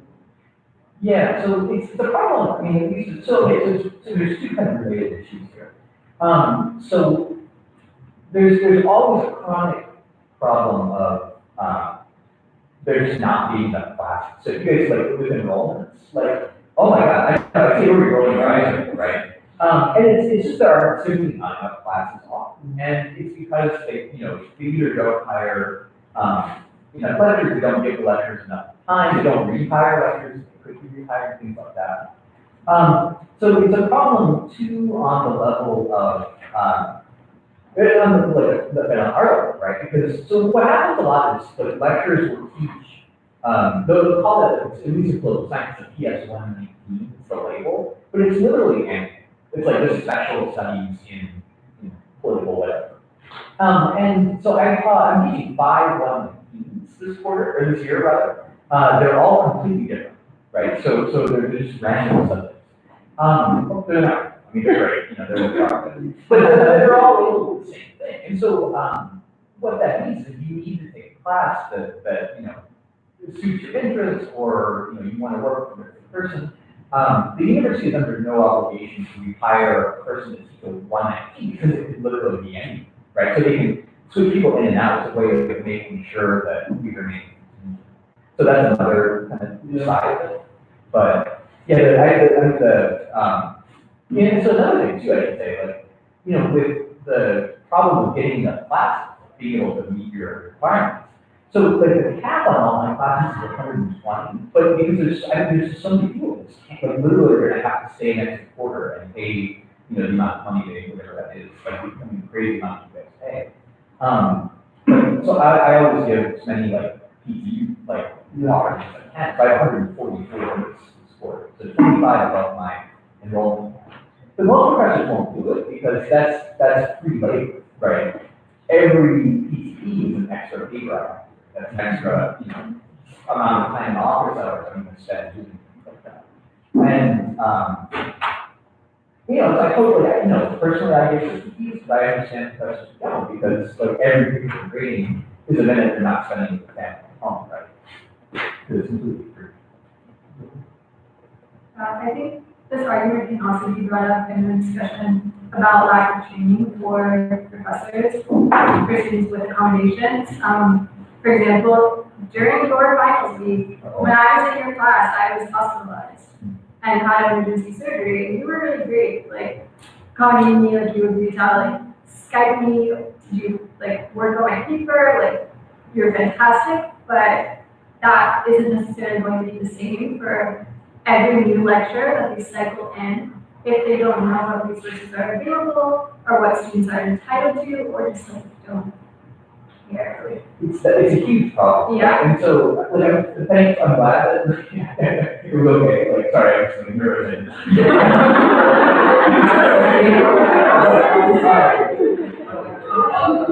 Because you don't get any support for that, right? So you literally for your lecture. So a lot of lectures will come out of the PhD program and they'll start lecturing, and no one will tell them what, like, you should do. It'll literally be like, oh, you do a class. And you'll be like, on what? It's like, whatever you want, And it'll do it, and it'll screw up a lot and try to figure it out. Hopefully you'll get better. But by the time you get better, then they don't renew your contract, and then you're out the door. But especially disabilities, there are huge problems, because, like, I have no idea, like, what resources are available to me, because the department doesn't produce some good contact with CAE and the other resources. I mean, I figured it out for a while, but it's by no means the norm. And not only are there no, like, training for actually how to teach the class or how to help students with special needs, but there's no, like, no follow-up, nobody actually comes to watch to make sure you're actually doing these lectures. Like, I've never had anybody observe my teaching ever, which is kind of bizarre, right? I mean, so those are some of the things we're actually trying to get rid of in our contract. We have more support from the faculty, particularly or from the department for, like, CA issues, and for treating professionals. That's something that, yeah, we're hoping to. Yeah, bring it. About the nobody comes in and watches. When I was here at UCLA, at least in one department, their colleagues themselves in the department would watch each other. But it was like once a quarter type of thing. So I'm not sure if that's a lecture thing or that's a tenure thing. That's probably a departmental thing. I mean, so I could always ask friends, like, can you come watch me and tell me if I'm terrible? And they would, because they're nice. And they probably would come at terrible than words. But there's no requirement for, so if you're just going to hire me again for the next quarter, It like literally makes no difference how good or bad. Okay. You know, there's no systematic, transparent mechanism to evaluate the quality of teaching that's on offer. And I want to get better at it, right? Like I know I'm not perfect. I would love to get feedback. So we want to have that as a part of our contract, not just for like our own development, but as a safeguard against, you know, being dismissed without good reason. Do you know if this issue is more prevalent in some departments? Yes. Yes. So, I mean, not completely, but like every department has its own idiosyncrasies. Like, cause and effect. So, like, political science in particular, like, there's a bad reputation for political science, like, doing the same thing called churning, right? So, hiring people and then just letting them go without, you know, without anything. History, for example, has a lot of, like, very, very short-term contracts. I'll hire people who are just on board, and then they'll be gone. So there's a big problem in nursing right now, where they are having a really hard time attracting lecturers and keeping. So there's a huge issue of overworking. They basically can't keep up. That's where the office thing was a big issue as well. They're not very in office thing. So literally somebody who's in a closet, like somebody that's in a copy, like next to the loud copier. So that affects them. There's other departments like the writing programs where all the faculty are lecturers. And so they suffer from overworking as well, like being underpaid for very, very long hours. They're very, those kids actually really unfortunately, South Campus I don't know as much about. I think that part of the reason is that the unions have this good reach there, like we're trying to build our relationships there. But yeah, the different departments are different. Yeah, I've noticed with the health department here, and I've been looking at my professor's salaries, and they all seem to be 10 which is a nightmare because these people are making like literally like over 200. Oh yeah, yeah. Here, I mean, so there's three levels of like tenure. Like, there's assistant professor where you're, this is what they call tenure track, where you're not officially tenured, but you're given the promise of a review to decide your tenure status after 6 years. And provided that you do like some teaching, you're on some committees, and you write an article or two, like, you'll get your tenure. Then you become associate professor, which is like pretty good. You got that permanent guaranteed appointment. You can carry on doing what you want to do. If you write some more books, like during that time, eventually you can go up to full professor. Basically, you just big jumps in pay as you go along with that. For lecturers, there's no pay. Like every year, no matter how your comes years in here, like I'll start back at the bottom of the pay. Like it's not a cumulative process like it is for. So when you say lecturer, do you mean instructor? I'm looking at the new faculty ladder ranks and it says instructor and professor, and associate professor and professor. It's probably instructor. I haven't actually looked at it, but yeah, it should be something adjunct or my official title is lecturer. Thank you. And we'll start wrapping up a little bit. Are you familiar with the academic senate? Yes. And are lecturers allowed to participate? No. Yeah. We are what's called non-senate faculty.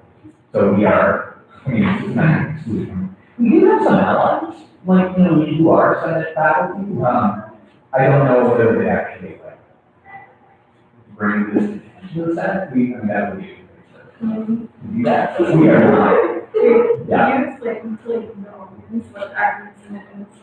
Oh yeah, so for those of you that don't know, the academic senate is basically like the legislative body for all matters of academic policy here at UCLA. For example, undergraduate council is somewhere where Ryan and I will sit on. But yeah, within the academic senate, for undergraduate council, curriculum matters usually come to us. People within the undergraduate council have the opportunity to vote on whether or not, for example, education major is approved, or things of that nature. There's a bunch of different committees. I also sit on the committee for undergraduate relations and admissions with schools, and that we have a lot of say in the admission requirements here at UCLA. We work very closely with a lot of aspects of UCLA, and on matters of like administration, we also serve as like an advisory board. So, bringing up, really bringing up that lecturers don't have the opportunity to participate in a setting like that is actually like really important. Both there and on the department level, so we generally don't participate in any committee meetings, like there's no, in fact, lecturers very rarely see the passing around because we'll teach, 1, 2 days a week. We'll, not have much interaction with any faculty. It really is like, there's a very clear difference between them. And so we aren't involved in running the department either. And something that's important that we discussed with Vice Chancellor Gordon is the need for mandatory training about accommodations. But that, since we are on a shared governance model at UCLA, that would fall into the academic senate to pass that legislation. And like you yourself are lecturer saying that training and resources would be helpful. But we don't. Yeah, we want this written that. We want this in our contract so that the university has to provide us with these resources. Yeah. I mean, lecturers, we are the most passionate about teaching. We want to do a good job for you guys. And right now we're just not getting the tools that Senate faculty often have. And B, that, things that even if the Senate faculty will probably make sure, and everybody should have access to. I think it's The final question, or actually, then we'll do the third question, Scott. Wait, so first, do you count TAs? Because I know in like the physics department, math department, oftentimes there is no professor, there's only a TA, and they do everything. So yeah, TAs are a different category. So they're part of a different union. For one, they're organized with the UAW, Union of Auto Workers. I don't know how that came up, but it's a great union anyway. But they're classed differently. They're paid way less than we are. I mean, they get fee remission for what they do. So that's the biggest thing. There's a problem with the overall economics of the university model, where the departments have a big incentive to bring in grad students to teach the classes because they can get paid like very, very little to do it. But then they have this problem of over-producing PhDs, right? So there's no jobs at the other end for people. You just bring them in, and trim them out, and then hire them to like lecturers in this intensive way. And you can't. I mean, so the amount you earn is not commensurate with the amount of education. and also, so the things that you're pushing for is, so I'm saying it's like 3 things. One is pay increases, one is hiring, and one is an easier way to jump track from. So there is no jump track. So that's one that's not going to happen. So our 3 big demands are so transparency in rehiring and the possibility of continuing status. Number 2 is pay, like getting compensated for all this extra labor that we do. And 3 is stuff like getting getting the training, like whether it's professional development in terms of teaching practices or access to CA kind of stuff, like having invest resources in making these teachers even better. Like that's probably the 3 biggest parts of our contract campaign. And for the rehiring, is the university doing that because they maybe have like contingent piles of money that come in or out, and so they need that flexibility in order to use that money? I mean, that may be the case to some extent, but there's very little thought paid to what that contingency does to the people's lives who are on the other side of that. Right. And so we would like to see a system that I mean, fair enough if you need to be flexible, but you can't just be flexible with people as if they were disposable. And that's kind of the situation.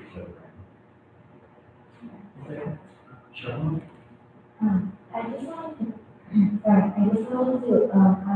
June something that my office is talking about, we weren't sure which way we're going to go about it, I want to bring it to your attention. So as an international student, a lot of us find it very difficult to set them into the classroom, especially because professors are unable to understand our perspective. Like it can be very surprising for some professors who hear that this is the first time we're hearing what a thesis statement is, or what, MOA formatting is, and I think already there's a huge, difficulty for international students to be confident enough to go to office hours at the first go, and the professors to not be able to understand where they're coming from and to dismiss their questions, or, even like the struggles that they might be going through, considering that sometimes we so far away from home that it's really very difficult for us,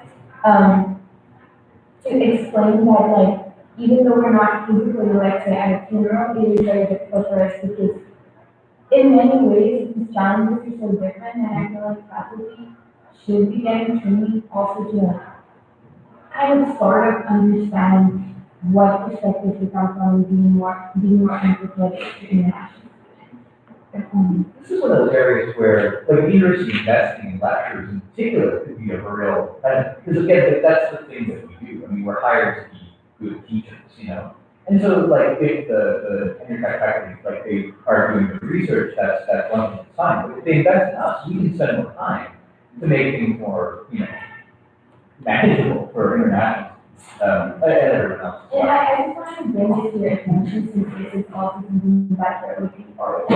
Yeah. You just feel like having. Yeah, no, I'll let you report back to the rest of the organization. Okay, last question from you.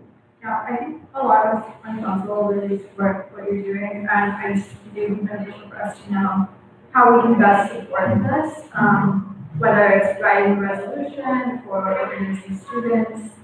What do you think? How do you help?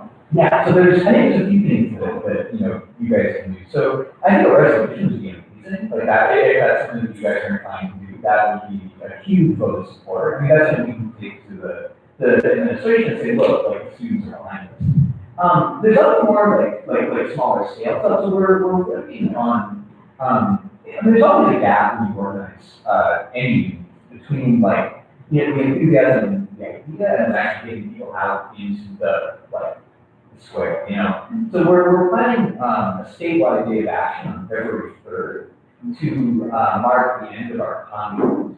And so we'd like to get as many undergraduates involved in our active physical campaign as possible. And so, it's something that you guys can do as heads of different organizations. You guys know a lot of people on campus. It's just spreading the word. So we want to get people to understand first their lectures, faculty, and so many students don't know, but then also to help get the message that we're gonna, we need your support and you can come out and join us. So we actually had today we had a little event at IRL. We had a lot of undergraduates come out. There's pizza, and you guys missed out. So we don't, it's not very, so this is one of the things, it's not a very regular meeting. But what we really need are the channels of distribution to reach undergrad students. Maybe it's beneficial if we can kind of like formulate some language about how this impacts students, because students care about their education and want to know how supporting this will support themselves also. Yeah, I know Miller's been already planning this. Like, I just wanted to, this is the first time that I heard it from Bachelor in all of our students, that's how I heard about it. And then put me in contact with you, but I think that it's important that like obviously such an issue that also affects other students. So if you like put a contact where we can publicize like any events that you have, any needs that you have. And as well, a lot of like outlets and resources to the student body. Yeah. Which is forming that connection with collaboration. I think it's a resource, and the question is really just building those networks, those information out. One thing that they do in the very, very short is, like, I tried to get a regular petition, a statewide petition of support from basically as many undergraduates as we can get. It's like change.org thing, so it's a real, like, low-level thing. But we just want to get that out there on social media to as many people as possible can. So maybe they'll like to send that link to you, and that would be something you guys like to share. That would be super helpful. And you can stay in touch with them. So, yeah, I also recommend, Joanna, I don't know if this is something that you can bring up at UCSA, but I can definitely bring it up on council presidents, so all presidents of like undergraduate student bodies, and how like the group may convene on a pretty regular basis. So if that's something that you want to support with, or like a sign on petition statement that way, just let me know. And then I know Millen already has committed in a lot of ways to supporting us at USAC table, maybe a resolution. One quick question is just, is January 6th/7th like too late for that, since this is our last council meeting until? Oh, no, that's fine, yeah, I mean, like, seriously, we're super grateful for anything that you guys are interested in doing, we just really appreciate, like, I mean, like, even having you come and talk, like, I'm super pumped, like, it's awesome.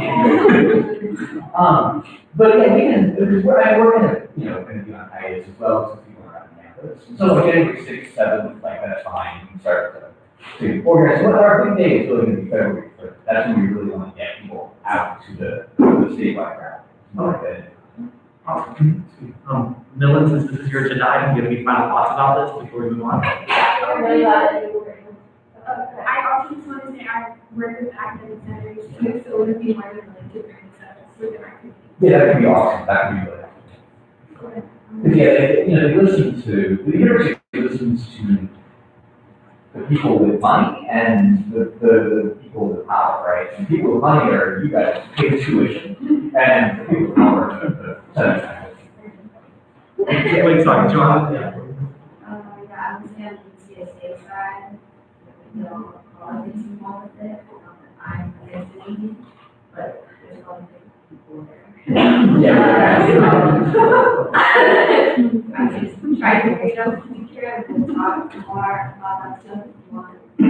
I just don't know the feedback would be. Yeah, no, I get it. Like, and it's one of the challenges for us bringing this up with Senate faculty. I mean, I think most reactions are like benign to hostile, like in that sort of range. So, you know, it's a long-term process. I mean, so I mean, we're really concerned, but we're really looking at something that's going to stretch into next year even. We're already planning a long struggle around this time. So, you know, you can just get the, like, seed planted now, even that's huge.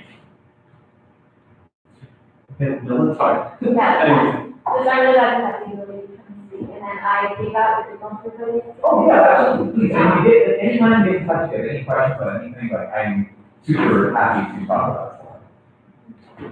If I take you for a political science class.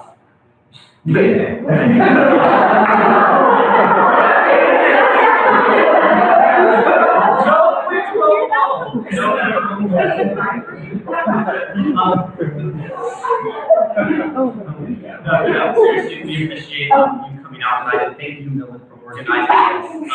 This was obviously a very engaging discussion. I think most of the council is very supportive and like wants to help you out in any way possible. So thank you, and then I'm sure we'll hear from Millen too, like when things come up as well. Okay, yeah, thank you so much. Really, with all your lectures, really appreciate it. Yeah, we'll be in touch.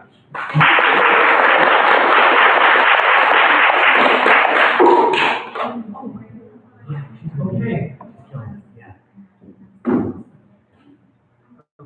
Okay, so special presentations, we're going to move into Calvert. Hi, y'all. You would say that for now. Take it away. Yeah, can we plug in some, we got some slides. Got it. I'm doing it. Yes, by all means. Yeah. We're gonna get the, you know, people that.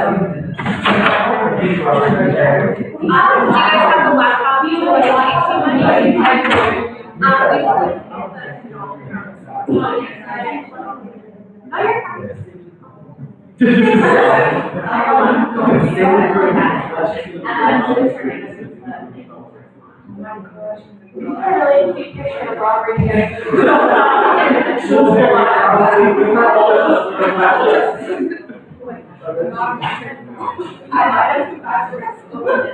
Is there no here?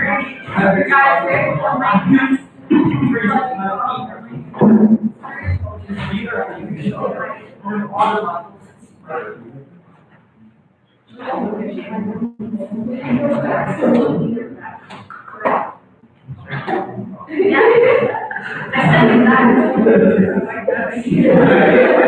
Sorry about that. I've been saying no back.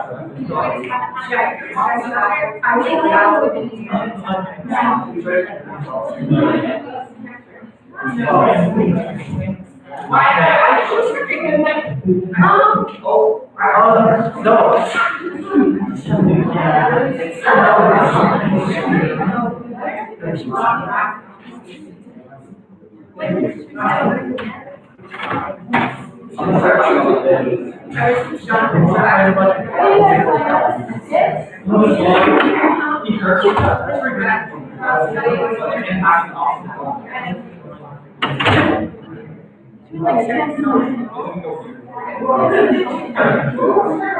No, we're not talking about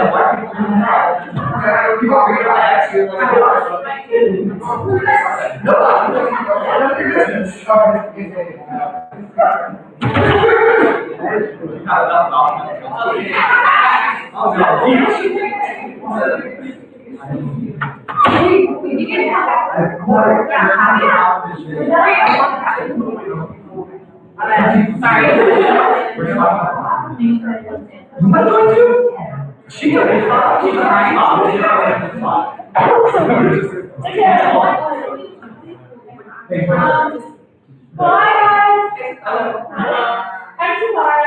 I'm the secretary for California UCLA, also the statewide vice chair for California Prosecution System. I'm Catherine, the vice chair of our chapter, and also the treasurer of our state. And I'm Michael, I'm an intern in the new voters class. Cool, so I wanted to tell you guys a little bit about what we're working on this quarter. So I wanted to start off by telling you guys a little bit more about how who we are, kind of the structure of our organization. So first of all, our mission is we are working to fight for like cleaner, healthier, more meaningful future, and the way we want to do that is by training students on how to get involved and make real change and become activists on whatever issues they care about. And so our model for this is working to combine like the energy and like, I don't know, work of students with the like institutional knowledge and training of full-time professional staff who can like be advocates for us full-time in Sacramento when we're not there, as well as organizers who can work to train us on how to effectively like organize on the issues that we care about. Yeah, so that's kind of our overall mission and what we do. We have chapters at each of the UCs, as well as chapters at other state universities across the country. We're made up of a board of directors, which is 36 students who are elected from each chapter, and we vote on our budget, the lead campaign for whatever quarter it is, as well as recruiting lead campaigns. And then from that board of directors, we also elect an executive committee, which is 6 students from the board of directors. 3 of them are from UCLA, well, Samara and I, but yeah, and we just drive all the statewide priorities. So just some quick numbers for this quarter.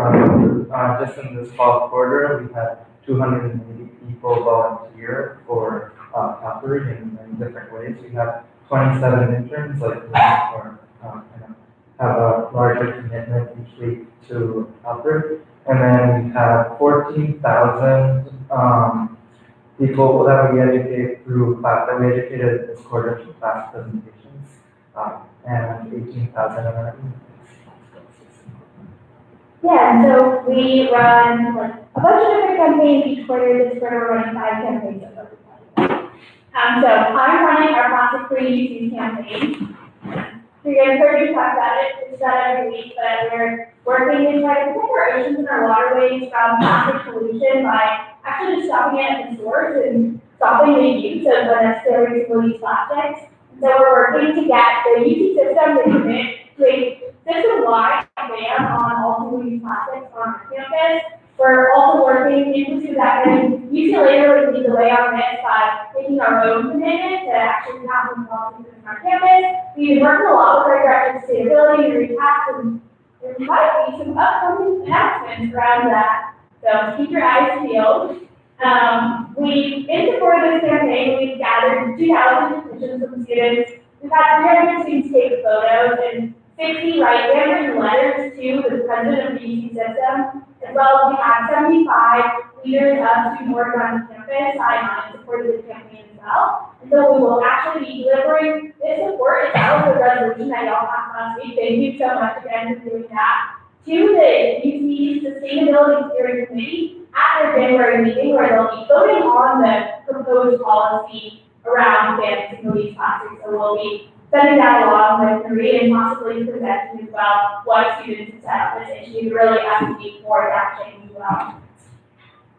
And for the new voters project, our goal was to help institutionalize voter registration here on campus to make it easier for students to just vote and make it more accessible in general, and to create a culture of getting students to know about the elections, be educated, and just know how to register to vote and where to go to vote when it comes.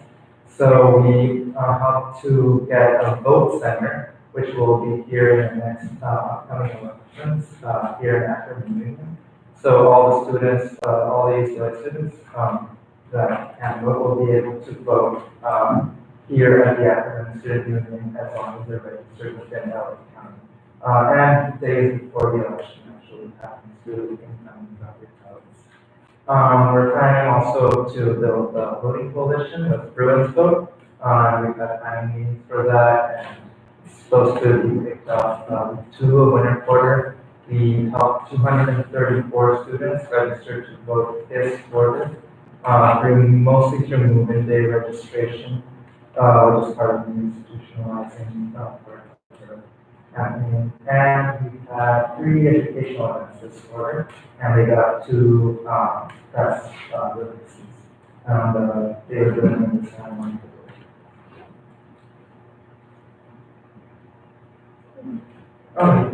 Yeah. So now these are food.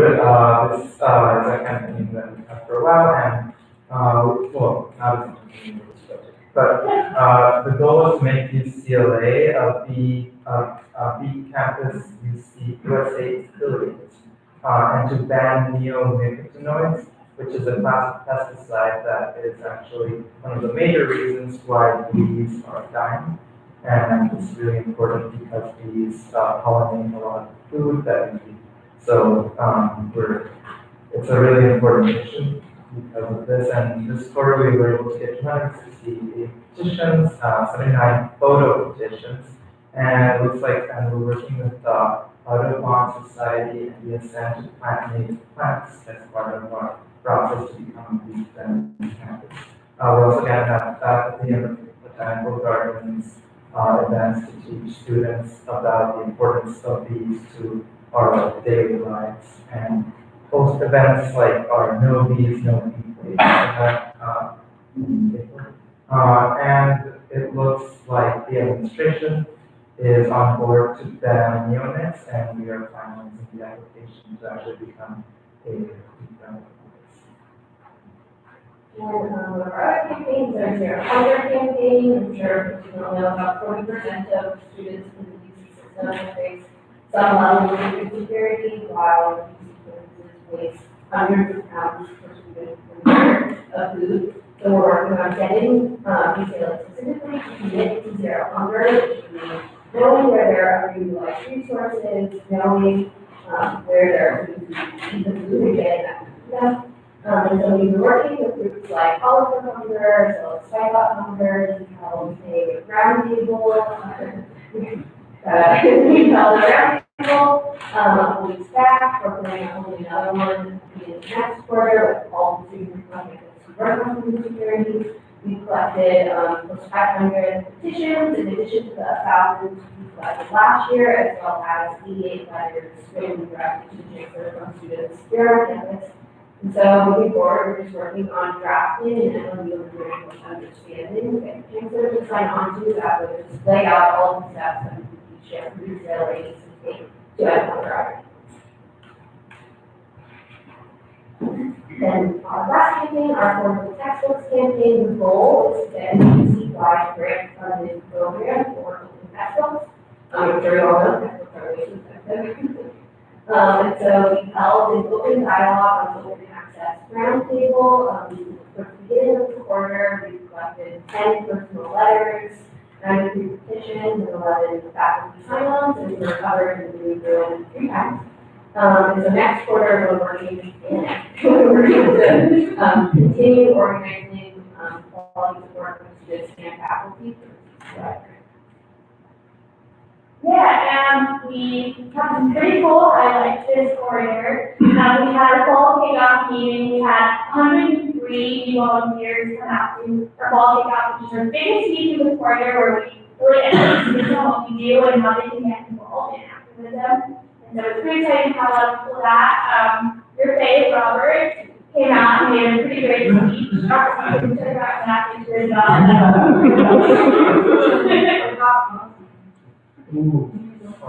And then we also had our pledge drive. You might have seen us around quite a bit around week 5 and 6.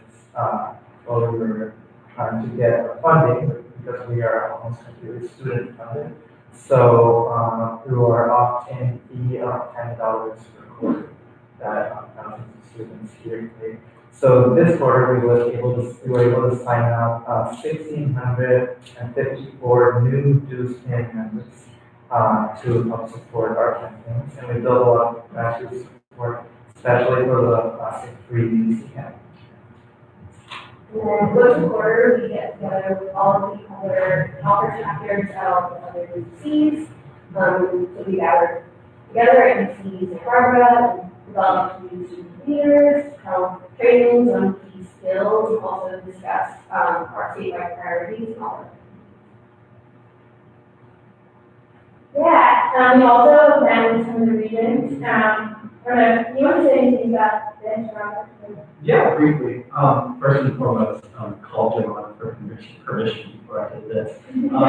So we met with Regent Perez, who's the chair of the regions, just briefly to talk about something that has been of importance to Copper for a while, and not too much, but just about student organizations running referenda directly to receive student fees to the organization rather than just USAC having the ability to do that. So I was just there to support you all. Yeah, but yeah, so we're talking about changing some of these policies, making it easier for student groups to access funding and build student support, as well as on our work on renewable energy campaigns, working with SB 100 last fall, and that UC commits to 100% clean electricity, as well as our work for legislation to vote. And we've also met with several of the other regions on these campaigns at region meetings and members from other chapters as well.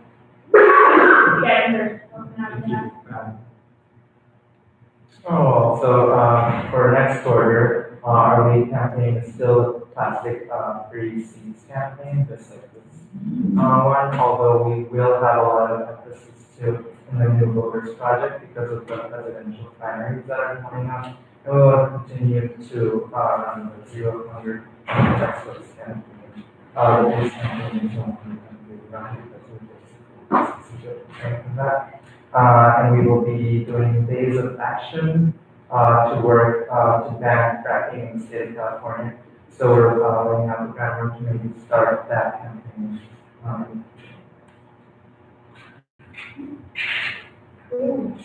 Thank you all. Any questions?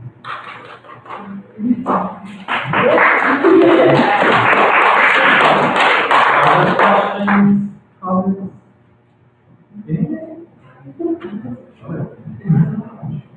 I wants to know how you go through coming every week by choice.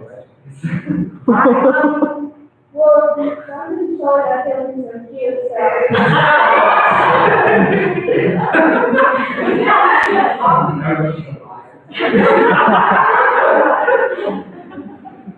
No, but I appreciate your dedication. Obviously, a lot of work you're doing is very connected to some of the officers.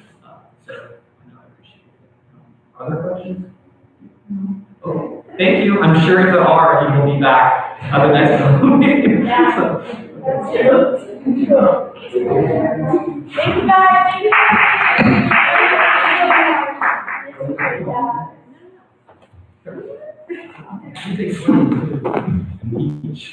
Okay, so now we're into the officer report section of the meeting. I'm going to just remind everyone again that you keep officer reports short, like 2 to 3 minutes, like max. Just talk about things that are especially important, not impertinent, pertinent, or relevant to other offices or administration. So with that, I'm gonna go real quick. So we distributed our refill station survey in the classroom 3 between, led by members of Good Close Good People and then also folks that work in my office. They're doing an initiative to put refill stations like across the field elsewhere. They already exist in Good Close Good People, so like students can go in, squirt out some like shampoo, soap, hygiene products, so it doesn't cause students to reuse plastic, and it also saves money. So they have 600 plus survey responses to that already, and it's great. GCP, like I said, has already started it, they're going to expand. Another thing that GCGP did that I want to highlight was kind of done some folks in my office was they partnered with Gyre, which is like a national nonprofit, to create like a really awesome video of the space and kind of like our work with sustainability. So you all should watch that on Facebook. Gyre is going to be publicizing it. We like have a continued partnership with them among other nonprofits across the country. So that's going to keep happening. The gender recognition task force recommendations. Thank you. Hi, thank you for sending me your recommendations. I know that they were amazing. Obviously this task force consists of only 2 students, a graduate student representative and an undergraduate student representative. So it's great to have representation from like members of the queer community on campus and students as well. So I appreciate that, and I also recommend other students to the task force. We're going to be starting to finalize recommendations like within the next month. Interns are integrated into the office. We're currently working with UCLA Housing and Steve Dunnish about reducing laundry costs. It's currently looking like prices will either be reduced in the next year or there will be a flat rate that's not, so a flat rate at the beginning of the quarter, so that students aren't held responsible when the laundry machine breaks because they paid a flat rate up front of like $10.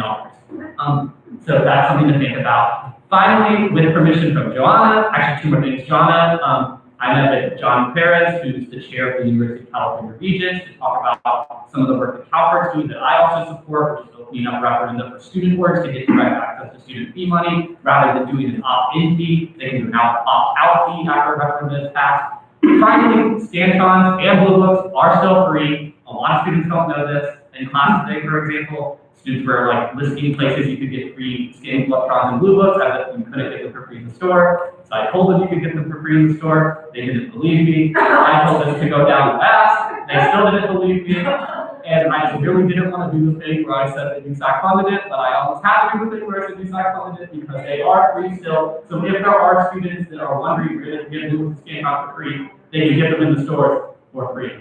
I'm honestly good with that. They didn't believe me. They said, I like paid for it last year. I said, well, it's not last year.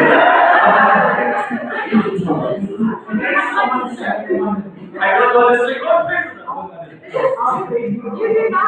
I'm advocating for it.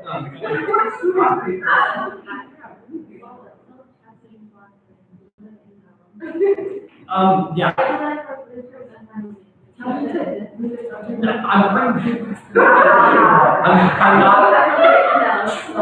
I'm not concerned about that much. Just like if somebody's wondering where they can get free Blue Books, just tell them they can get it in the store. It's not that deep. It's not that deep. That's all. Okay, that's all from me. So I've just been doing a lot of planning for next quarter. The only thing that I really have this week is study hall for finals is happening on Thursday from 5 to 10 p.m. in Fairmont.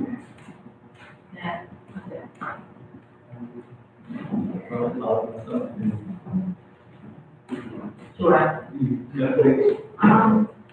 Oh, no, sure.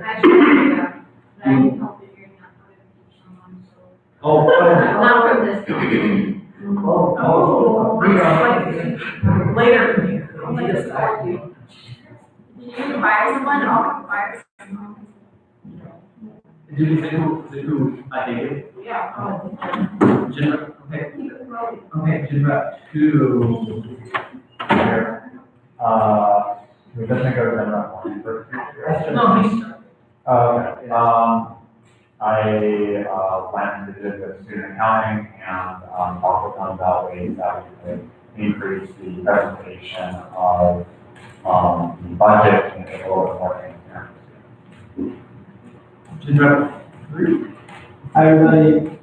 My office social media will be coming up tomorrow morning, like rolling out the accounts for this year.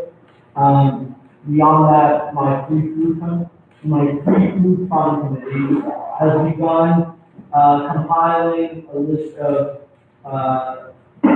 establishments in the Buffalo area where students could potentially get, significant discounts on food by getting food organizational rate. So we're gonna be working on this stuff the next quarter, where like if organizations want to order food for a, like an event or a big club meeting, and we have a certain like number, certain amount of food we want to order, they could, state the organization, present like something like an application and like get that discount. It's gonna be a pretty comprehensive thing, so we're doing relatively systematically and looking at where we can, find the best, like, deals for students that want to, and where it's like most realistic. But yeah, I'll do the next quarter. Thank you. CEC, Barbara. Let's see, we just had an event like an hour ago, and it was amazing. I'm not an emotional person, but like basically queued up, and you can attest to it. Janelle was absolutely amazing. Like super inspiring. There were a lot of different student activists that came out, and like she literally took their information, told me that she's working on her platform. I had heard of it, and like took their information, wants to publish things that they've written. It was like super cool opportunity, and like students also got like amazing opportunities to share their own stories. So I was blown away by how it went. And then on Thursday we have Just Mercy, the movie with Michael B. Jordan, it's based off a true story about a lawyer that fights for people who are wrongly accused, and deals with like stories of racism. And we're having a law professor come and also talk about the legal system and the issues with it. And then last thing is Little Women, and that is next week on Tuesday. That's it. It's our CSE, John. That's me.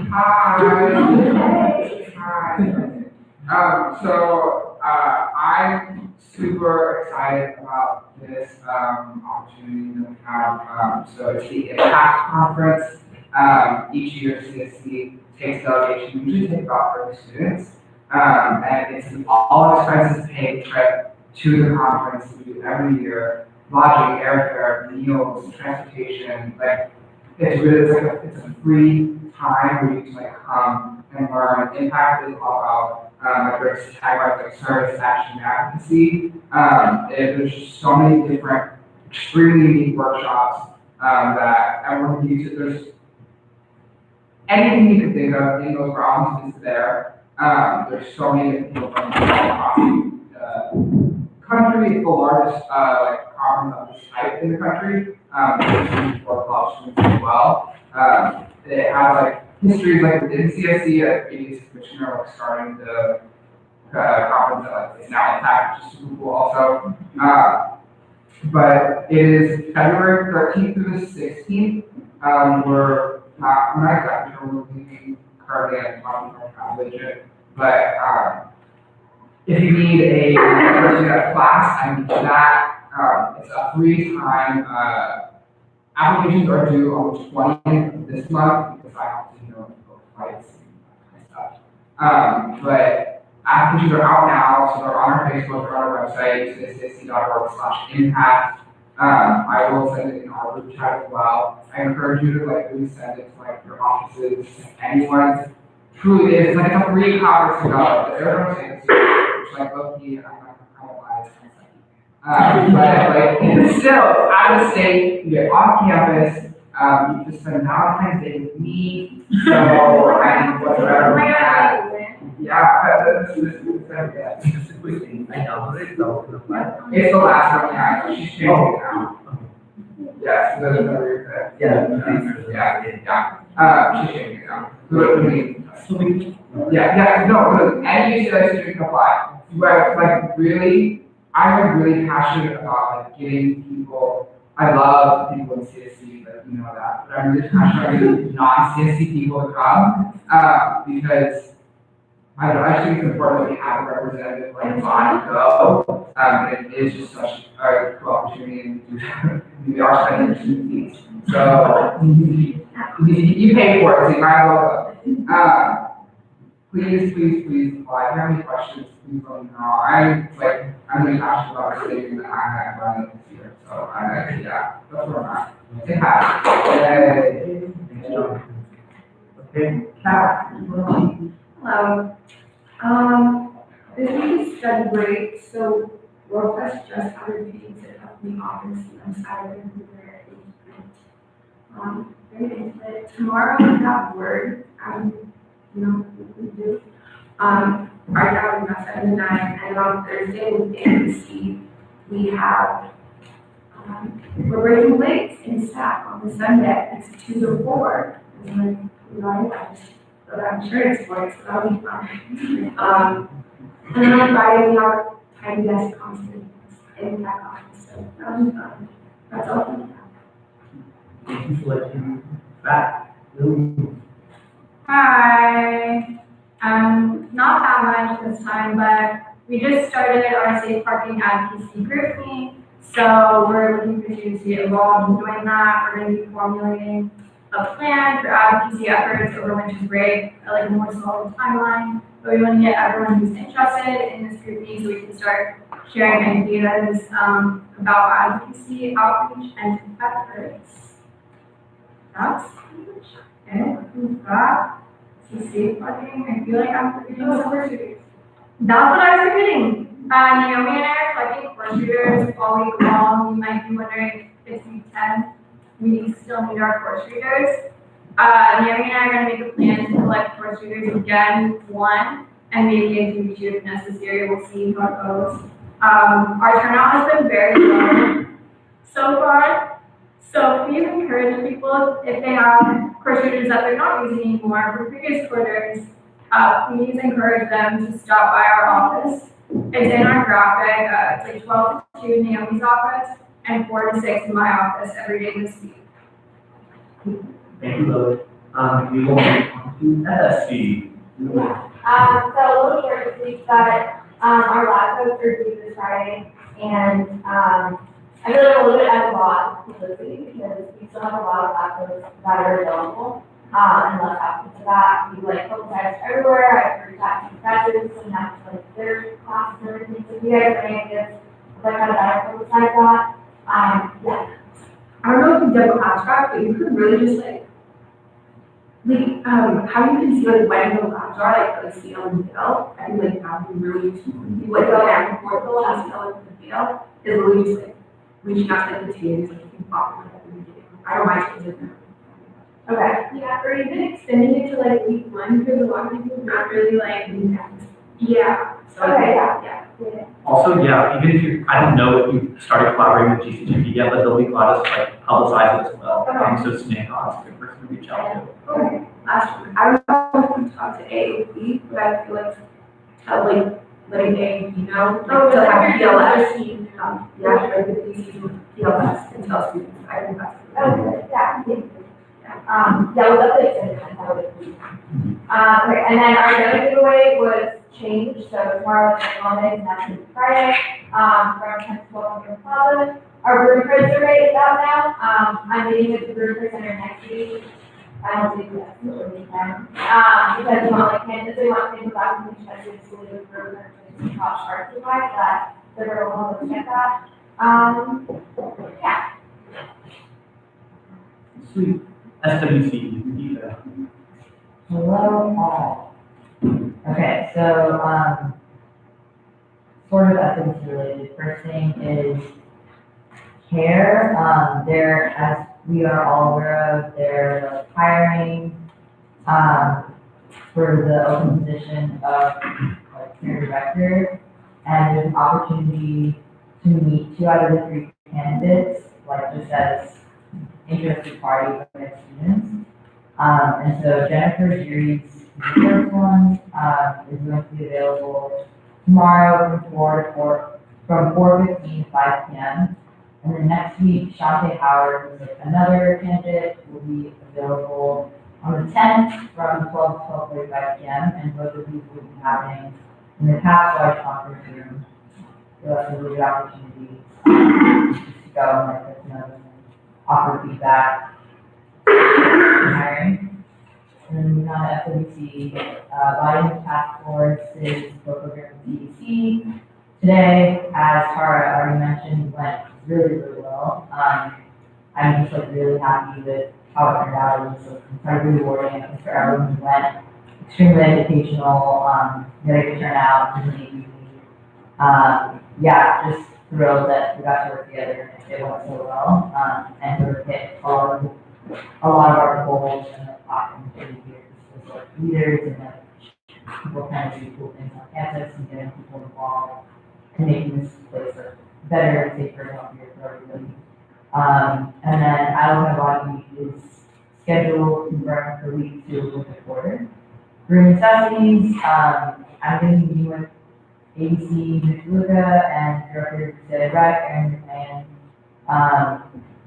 on Thursday to discuss funding sources for the institutionalization of mental hygiene products, which is currently funded by FWC's budget, which is just student fees, so it's kind of like an Band-Aid on like an open Sexperts is starting up a YouTube video channel, and there's 2 videos up and like ready to go, so then look out for that.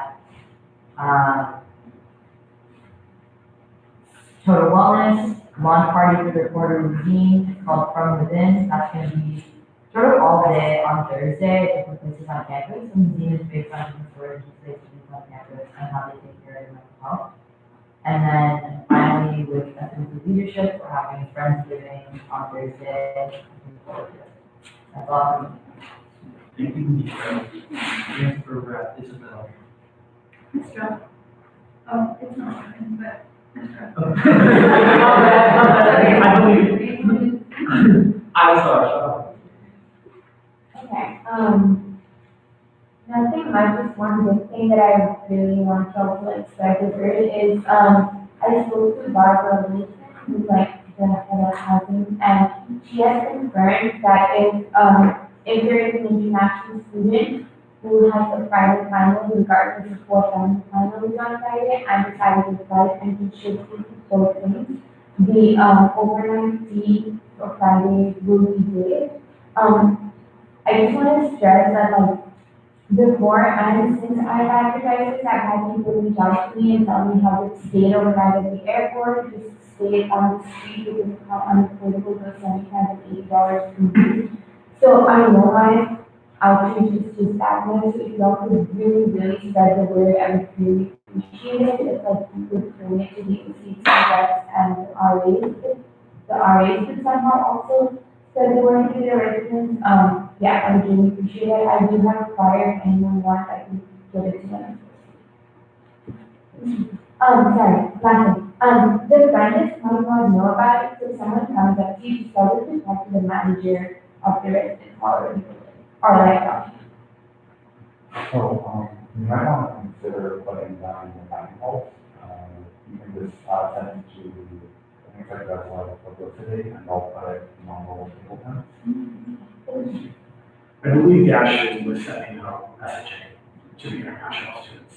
It is geared to such a small population, and we get a lot of pushback where people will say, why just international students?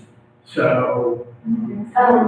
Yakshu, so we have been in collaboration with Yakshu to spread the word. I don't think it's included in the email, but even if we do value, is that a lot of students are international identified, which means they're not necessarily on the F1 visa, and with Yakshu, maybe this is just using the F1 visa.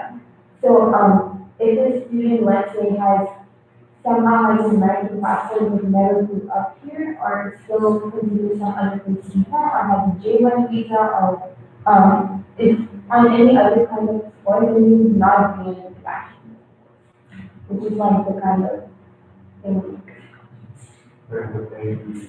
Would they still have to what about the I would suggest just talking to the residence hall manager. The reason, the reason I focus on international students, like, I guess they were very interesting because we have just one time per day. So that literally means that there's no way we can do the project night or anything or the action. So yeah, I would suggest that even otherwise, if there's something talking to the list. Yeah, I just wanted to shout you out to Sean because I know that even in Kayla's office and like way back, this was something that like you and her were working on and talking about. So the fact that this got accomplished is like a really big testament to your work. So congrats for that. We'll see you back. And I don't have any new updates, but I want to ask, where can I get that flyer? That's it. Yeah, thank you for your work. Then we will move on to admin reps. Hey, Josh. Not for me, just good luck with finals, everyone. We're not moving next week, right? Good luck, we could be here. I support that, we can study in this room, I'm sure it'll be open. But good luck with finals, again, I just want to reiterate that if anyone is in need of housing or recovery, please make sure that you contact our housing office. And then make sure you all have notes over each other. Yeah. Nope. University requirements, are, where we ask students to leave because obviously it's closed and there's minimal dining, but people do pay to stay. We provide that and we'll be able to program it. Yeah. The question was about how you said that you have to contact. What is that? I just don't know which one. Primarily, if anyone who's living in the residential departments, you need, obviously the departments are year round. But if there are students who are in need, just Is there a process, just purely just because I don't know, a process where if there's like a student who can't afford to stay over, but like is in need of staying over, for them to secure housing, like it's affordable, I think that. So, yeah. Yeah, there is a ERT. ECRT. It's late, people, I'm exhausted. Yes, ECRT, does provide, assistance for students who are. Okay. We also work out plans with agricultural students, so just don't make finances necessarily a barrier to if you're not worried about what you are. Particularly. Yeah. Also, ECRT has funds that are accessible to international and students too now, so. Yeah, also secure a large amount of basic needs funding from the outpatient state, from my understanding. Yeah, that's the money that we don't know what's happening. What? So it's already been allocated and, sorry? Oh, from the regions? No, I have no idea.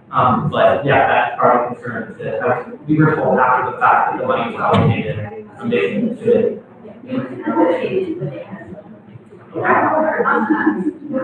So yeah, we did send the letter to the basic needs committee, haven't got a response yet, so just for that, to be clear about the transparency. Oh, just to add on that, I did put in the meeting, but basic needs is meeting tomorrow, 1 to 3. I put it under me, I can write it down again.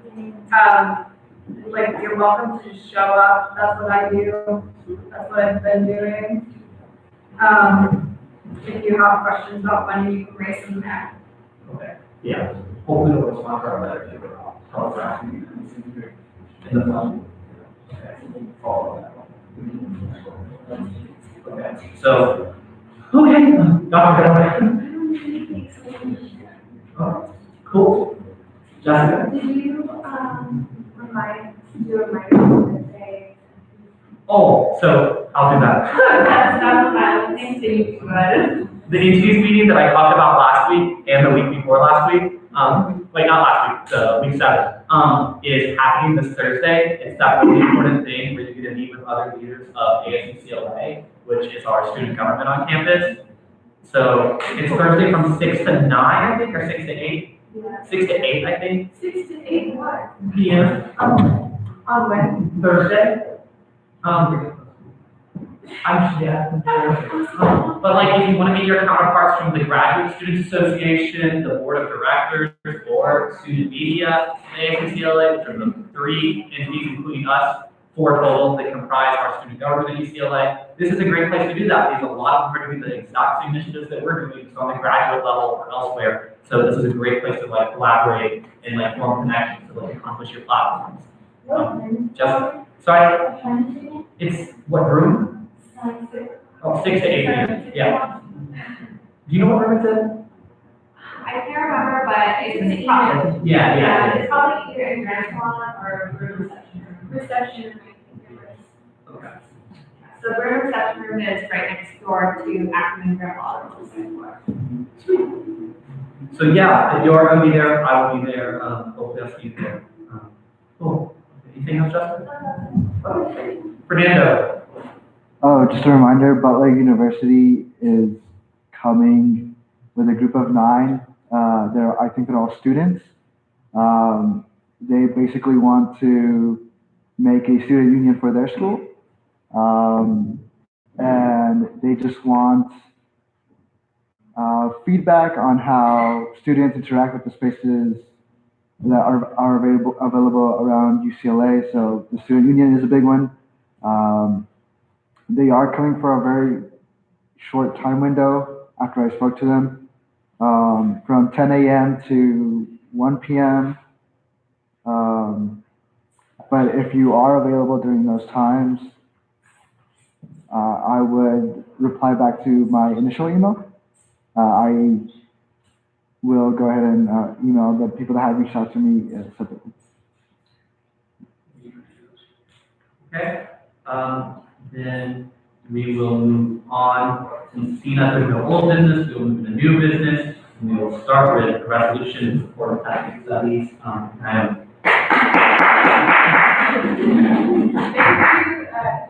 shout out to the people who are still here and who really power through these 2 hours.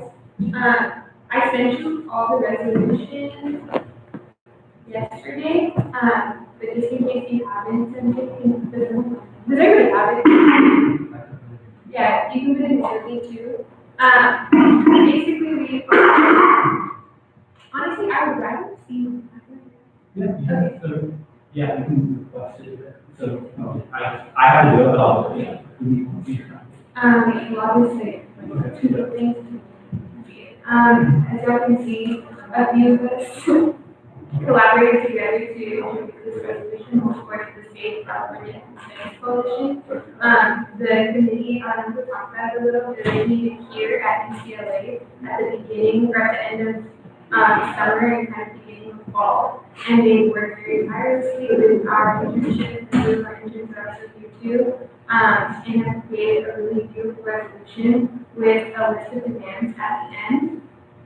So I am requesting you see. Brian, do you want to, or anyone, Brian, or I think I already went ahead and presented the presentation. Might it be possible for you to do the same? Yeah. Okay.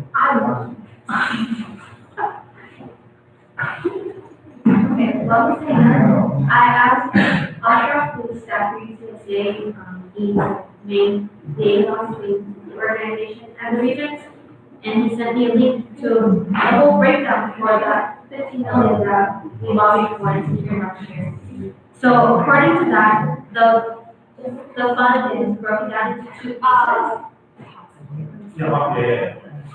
Half of it, or like 15 million was for base needs, which is absolute housing security. 3.5 million was for rapid housing.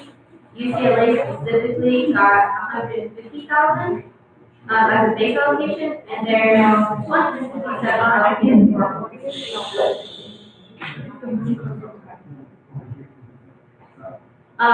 so there are like some basic, like I feel like something like property housing, like over the break, and all we can try to make sure there's housing for that. So there's like it does generally fall into that, but like there is funding set aside specifically for housing. So like whatever the basic needs committee is discussing, I think it will still be around that general topic. that I feel like generated the season issue. Well, not this specifically, but I like break stuff, but there's funding set aside specifically for housing. And so I think what's valuable is if students show up to that meeting, we want it for X, Y, and Z, that funding can be allocated. There's also other things like innovation grants that there's funding pool for, so like, I don't know, but I'll send you the breaks so that you can look over it, and see specifically what kinds of funding the students are intending to like allocate this funding for. No, I appreciate that. I know the money's been earmarked. I think that my concern on my end is more like, just because the money's been earmarked, but we have no idea where it's going, like what departments or programs it's going to. So it's important that people who don't show up and can get access to those funding allocations as well. Yeah, So, I would just definitely recommend that people read this. It's a yeah, very thorough PDF. yeah. Thank you. I love it. Okay, I cool. love it. Brian, do you mind, email me this, you can see? Sure. Sounds good. They also put it out 2 weeks ago, so that's. Yeah. I also just add that I love that you had a presentation, Brandon. Oh, well, this isn't so much a presentation that I developed. This is one that I'm just adapting. The co-chair of the larger statewide coalition, my mentor, Dr. Quantin, went ahead and adapted and really made this for us. So I'm hoping that I can really channel some of his expertise with the next ethnic studies as I present this presentation to all of you. But let me go ahead and send it to you real quick.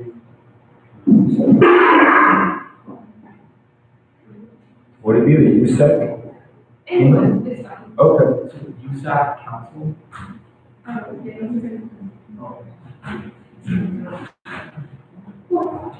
Yes, I know.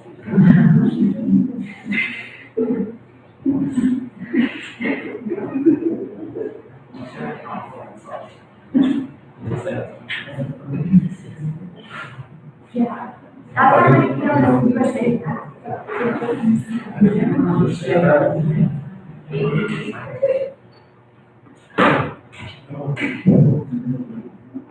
Oh, I can read.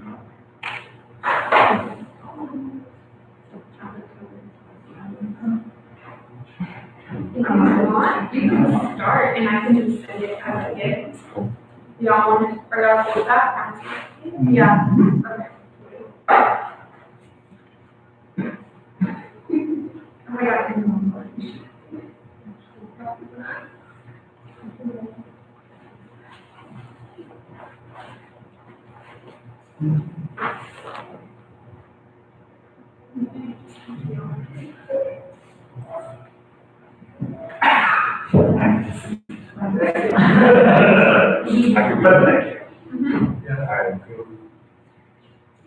Okay, so good evening, everybody. So this is a general overview, if you will, of what has been taking place within ethnic studies as far as a statewide resolution in favor of ethnic studies, the passage of the AB 2016 model curriculum, and really where the resolution is in with its respective statements right now.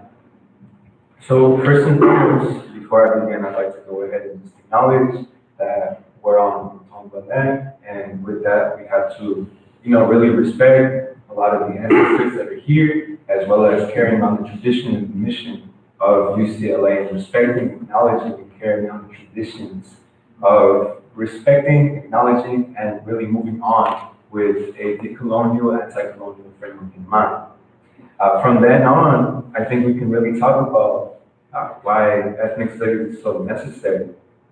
So as a general overview of what ethnic studies encompasses, ethnic studies is really within different levels. It's across the UC, it's across the CSU system, it's across a statewide level, and it's also across our community colleges and the high schools across the state of California. So for the purposes of this presentation, I'll be talking about California and ethnic studies at the statewide level. So we have to ask ourselves, why and how did ethnic studies emerge, right? And ethnic studies comes directly as a result of what is known within the literature as the achievement gap or the education debt. You see, within K-12 education and higher education in particular, there's been a great misrepresentation of the amount of students of color that are represented within academic achievement levels, as well as those of honors courses and academic or AP classes as well. And so ethnic studies really emerged out of that. And when we look to the work of Gloria Billings, the great scholar within education studies, she frames it as this education debt, something that really institutions have failed to give our students of color within education and within U.S. public education for a very long time.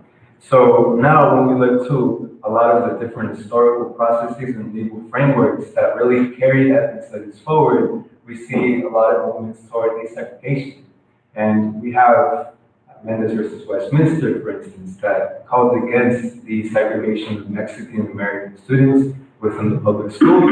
And of course, we know about Brown versus Board of Education that made it illegal to really separate between races across public schooling here in the United States.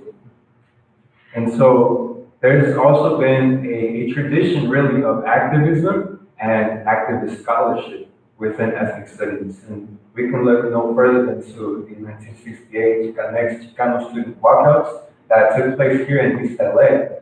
And I think these are really important to commemorate because it's been 51 years since these took place. And so all across the nation, there was commemorations of the East LA student walkouts and what they represented for not only Chicana and Chicano studies, but ethnic studies as a whole.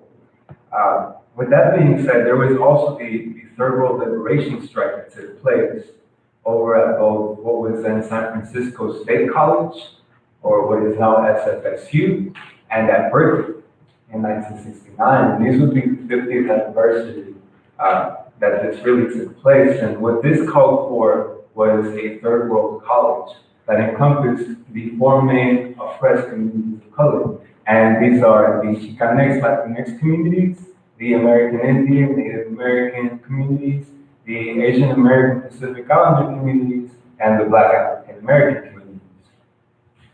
So in doing so, all of these things, all of these movements that were grounded in both rigorous scholarship and activism from students led to what is now known as the discipline of ethnic studies. And so we really have to ask ourselves, what is the tenets of ethnic studies and what does ethnic studies really encompass? So again, these are the four different main communities of color that ethnic studies is addressing, being that we have for such a long time been forgotten within the realm of education. And so it addresses a lot of different things, such as critical thinking and equity. As the educator Paulo Freire designed, he called it really learning how to read not only the word, as in the literature and the theory that we read, but the word, and creating social action and taking really a response to the lived realities that we have around us, right? And so now we really have to pay our respect to a lot of the different veterans that came out of this Third World Liberation Front, being Clemente Gatudon, and all of these people who are listed are also in support of what is currently the Ethnic Studies model curriculum. So as I had mentioned during public comment, there's a great amount of research and literature that has shown ethnic studies to have rigorous improvements in the lived realities of our students of color, be it attendance levels, graduation rates, and GPA requirements. And not only has this been shown to increase GPA requirements or GPA levels for our students of color, but it's also been shown in the literature to increase the GPA levels and academic achievement rates for white students. So it has different levels of achievement across the board. And so now what we have to talk about are some of the responses or critiques of the ethnic studies model curriculum. And so I think it's really important to center ethnic studies as really a counter narrative to what we've been taught and what we've been educated to believe is the predominant way of thinking within U.S. public education. And when students of color are missing a seat within that same education, I think the ways in which we think and the ways that we think about the world are forgotten and absent. And I think that's why it's so important that we look to the example of Tucson, Arizona's Mexican American Studies program, which found great increases within the academic achievement rates of the Chicano students of color there. And so this action was actually in the lawsuit in 2010 because it was raised, or it was claimed to be anti-American by right-wing politicians, but just in 2017, the judge who presided over this case found racial animus against the Mexican American students and the Mexican American Studies Department. So I think really what we're taking a look at now is an increase in the validity and the amount of people who are in favor of ethnic studies as something that is righteous and something that should really be institutionalized within the greater university system as well. And so now with AB 2016, what we were able to do on a statewide level is really institutionalize and do just that. We were able to mandate the state of California, through the State Board of Education, to mandate for a passage of a model curriculum that would reflect the lived realities of these four communities of color. And in doing so, we would recommend all public high schools to also adopt this and really place it into their curriculum as well. Now that it's coupled with AB 331, which would mandate the California public school or public high schools to have ethnic studies as a graduation requirement, this comes at an excellent time now that this model curriculum has been developed. And so a little bit about the history of AB 2016. AB 2016 was signed into law in September of 2016 and used language that explicitly encouraged for this model curriculum that would then be developed to be adopted into California high schools. But now that we fast forward to November 2018, there was a committee that was developed to develop this model curriculum. And through this advisory committee, which lasted from February to April 2019, there came about a plethora really of controversies against what this ethnic studies bill and what this ethnic studies model curriculum centers. And again, this is the lived realities of people of color. And this unfortunately is racism, this is xenophobia, this is sexism, this is many different types of isms that occur to us in particular. And I think in doing so, ethnic studies and the model curriculum centers the importance of talking about precisely this. Because if we don't talk about these lived realities and the different forms of oppression that our students face, then it becomes watered down, and it's just a multicultural studies, and we're only learning about things like foods and fiestas and our heroes and holidays. But ethnic studies is a lot more than that as a discipline. And so this is where the Safe California Ethnic Studies coalition really came about. It's in response to a lot of this different backlash that took place from both conservative outlets and conservative politicians in California. So this gave inception to this. And through the work and the cooperation of the Ethnic Studies Student Committee, which Alejandro and I are co-chairs of, we went ahead and developed this. And there's been a lot of different people that came out in support of ethnic studies in the model curriculum, including the CSU Council on Ethnic Studies, the California Legislative Black Caucus, the Jewish Voice for Peace, and most recently the Latino Legislative Caucus. And there's also different people like the California Democratic Party, again, that are also in favor of the model curriculum. So in talking about where the model curriculum is at now and what we're asking for really keeping the revisions of the model curriculum intact. We're asking that the most critical parts of the model curriculum, which centers the lived realities again of communities of color, remain intact. And we ask for, through UCLA in particular, a centering of our scholarship, a centering of the work that we do through the Institute of American Cultures, through the 4 different ethnic studies departments that are housed here at UCLA, and finally through the Graduate School of Education here at UCLA to really lend a hand to the development of ethnic studies on a statewide level, and really to see it through that ethnic studies is given and instructed to all in the near future, hopefully, all of the different California high school students who enter our public high schools. And so this is where we're at now, you know. And as of August, there was a number of things that we could do in order to support. There was our Change.org petition, which you can access through our resolution. And at this point, I believe it's at more than 10,000 signees. There is also organizational and institutional support, which we're asking for in particular tonight through the resolution. And finally, really social media. You know, so during the campaign, what we did is a hashtag campaign, and we did I am ethnic studies. We did hashtag I am ethnic studies, and really talking about why our experiences as ethnic studies students, our experiences as students of color are not only valid, but integral to public education and why ethnic studies is important. So this is what we're asking for today. We're asking for all of these to not only be validated, but to be approved using the different things that we've listed out within the resolution. So this leads us to where we're at here with the coalition, with the student committee, and with the different ethnic studies departments.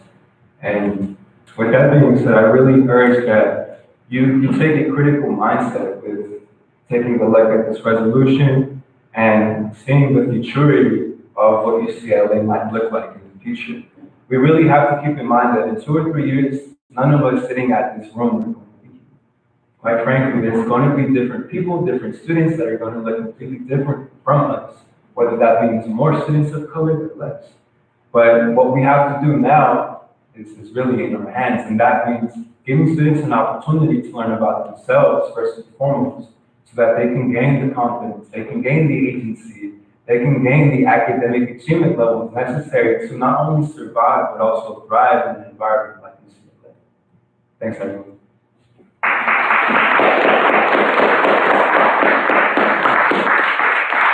Could you go to the slide with the family members, please?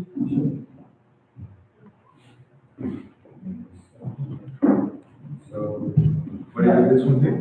Yeah, my one issue with this photo is that the person on the right is the vice chair of the youth caucus, Right. and he opposes this, like the state of the movement. Right. And the guy second to the right is Jose Medina, who authored the bill, who also opposes. Right. But I'm just wondering why you have this here as an example to like people who support it. Great question. Those are people who oppose it, not support it.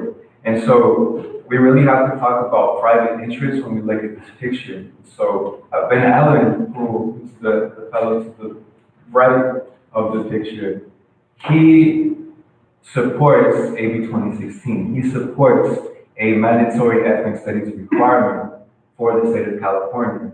But you know what Ben Allen doesn't necessarily understand is the discipline and the historicity of ethnic studies as a discipline.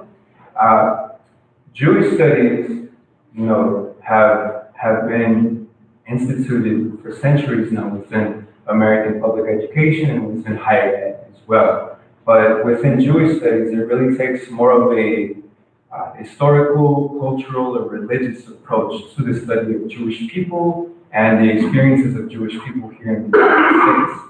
And for that reason, it isn't centered within the discipline of ethnic studies. And ethnic studies has been shown to also, you know, be inclusive of Jewish people and a lot of their struggles. You know, so if you look to the model curriculum, which you can find in the first citation of the resolution, you can find that there's different inclusions of, say, anti-Semitism or the Holocaust within the model curriculum. And what we're really hoping to do with the resolution is to advance an opportunity for communities of color in particular, but also their allies to learn about what we've lived through in our struggles as well. with that, we're gonna move into like a question and answer phase of this before we move on to a motion and a vote. So is there any questions, comments, or discussions that you have for this vote? Yeah, right. And then Brandon.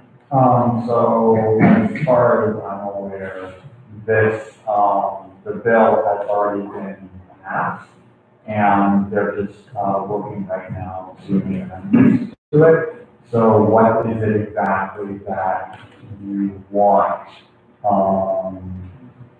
SB 331 hasn't been passed yet, it's only been passed through the Senate, like, It was yeah.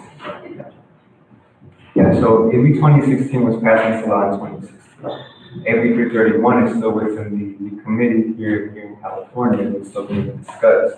So within the resolution, we're looking to really, as a institution, support the model curriculum that is currently in place, while also recognizing that there are revisions that need to be done.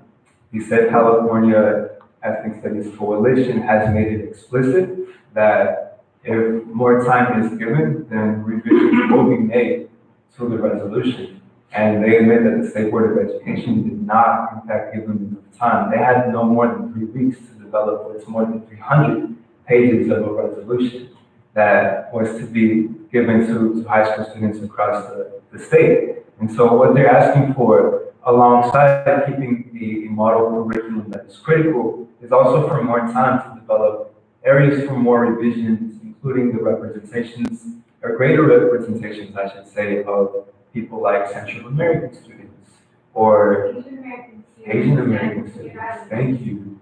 Or, you know, and then talking about Arab American studies as a discipline within ethnic studies as well. So those are some of the points that should be mentioned. In doing so, I'd also like to add, you know,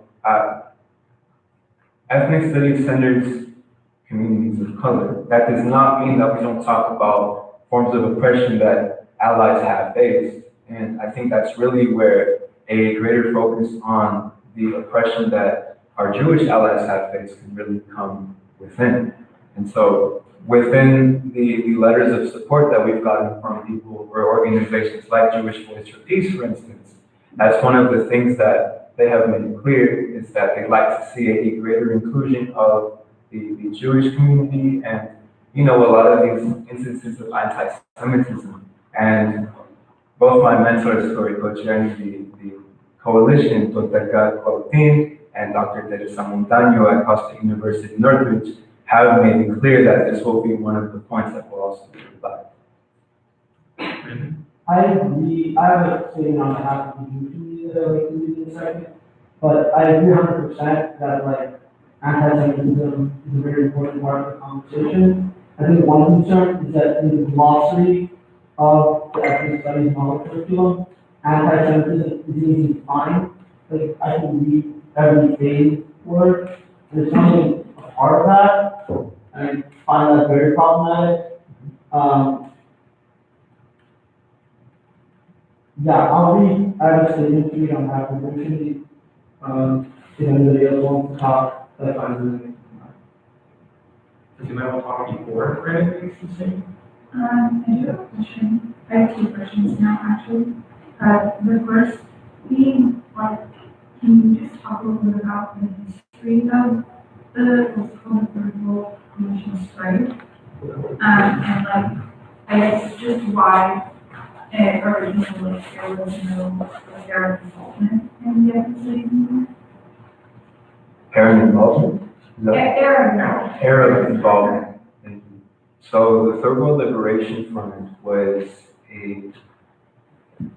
really a organization, an organic organization, coalition of different students who were involved in seeking a greater representation of their communities and ethnicities within Berkeley and within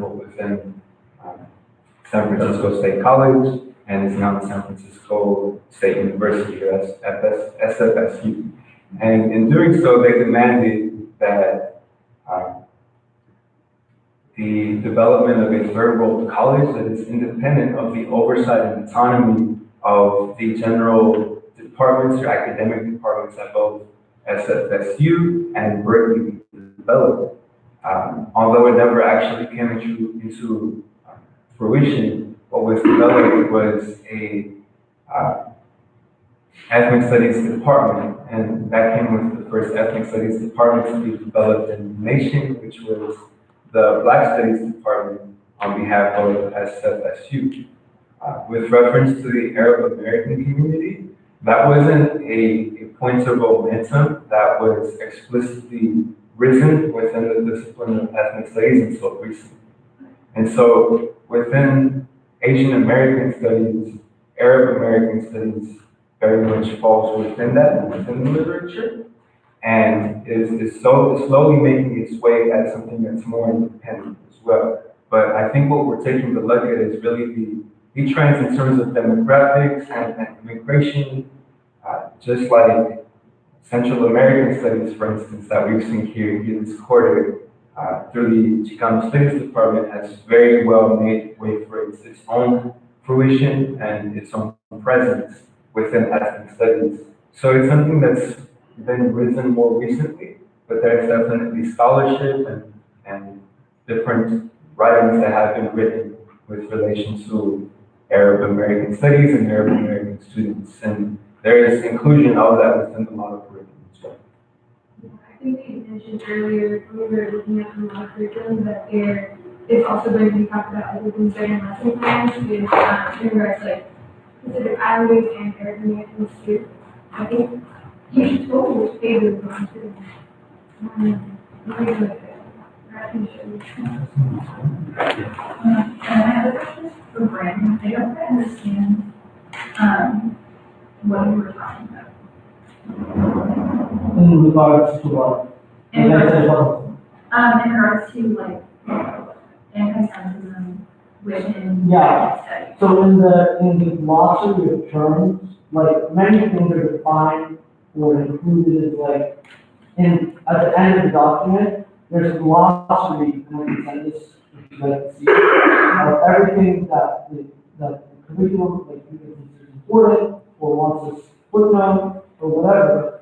Anti-Semitism is not defined in that glossary as the term that's worthy of discussion, which I think is somewhat problematic in ethnic studies curriculum. Which document? I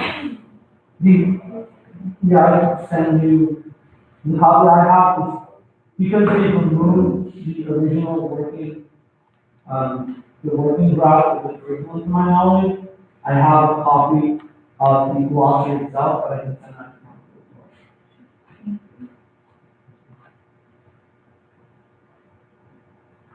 So are there any comments or questions for Brandon?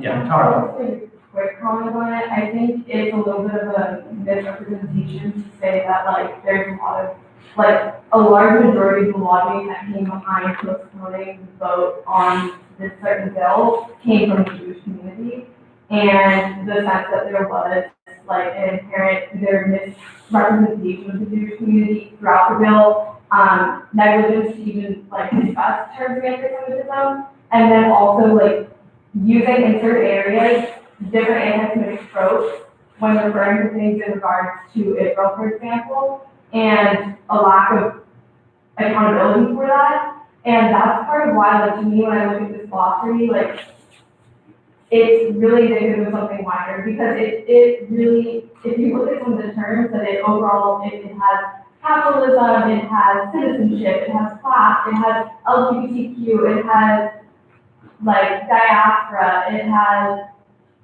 tons of isms, it defines gender, it defines hate crime, and nowhere in there does it say anti-Semitism. And like that as a whole, including with like a multitude of other things, there's other like much written by the California Legislative, the Jewish Caucus, and other Jewish community organizations. And quite honestly, JVP is a very, very, very small percentage of the Jewish population as a whole as a representative voice. So I understand that they will put their mark on here, but that does not mean the Jewish community as a whole stands behind what this is. And it also doesn't mean that, like, I think Brandon and I come from the same place, and that it doesn't mean that we don't support a curriculum that upholds these poor communities in a higher standard, because it is true that like these stories need to be told. But to say that it hasn't in some way slighted like, and there is a recognition that Jews are an ethnic religion and they have ethnic background. So they may not be the central part of an ethnic studies program, but to have them slighted and misrepresented in the current curriculum was the primary issue that many Jews saw with the legislation of the state. And I think it's also important to note that the entire Jewish caucus, of which I think every single one of them is a part of the Democratic Party is very progressive, voted unanimous, not voted, but like released a statement unanimously against the ethnic studies proposed curriculum without. I think that's the issue here, not like the ethnic studies curriculum, self-guide, like fully support, I think we should get behind as quickly as possible. It's just the idea that there should be like no revision at all, because I think those issues are significant and worth it. Yeah. Questions, comments, concerns? Yeah, Ryan. So if the coalition currently does nothing, what will happen? Can you clarify? So if the coalition didn't do anything, would this already go into effect in some timeline without any intervention, or is intervention required for the ethnic studies to be implemented? Right, so, within August, there was a number of meetings that were held both within the Jewish Legislative Congress with the State Board of Education, as well as with developments in the State California Ethnic Studies Coalition with the State Board of Education, with the eventual conclusion that the final implementation of the Ethnic Studies model curriculum would be pushed back to the next year, 2020, with more revisions to be determined and to be decided within the model curriculum itself. But there are certain parts of the model curriculum that the State California Ethnic Studies Coalition firmly stands by, and that does not include, for instance, adding more with relation to the definition of anti-Semitism within the list of glossary terms, as well as a greater backing, of Jewish allies within the curriculum as well. So I don't think that quite answers my question. So is intervention required so is it just that it got delayed and so the reason for this coalition is to reduce the delay? Or is it that there's a possibility that it will just not go into effect? No, there was intervention. That's why the State California Ethnic Studies Coalition was developed in the first place, in order to respond to a lot of the criticism that the model curriculum received.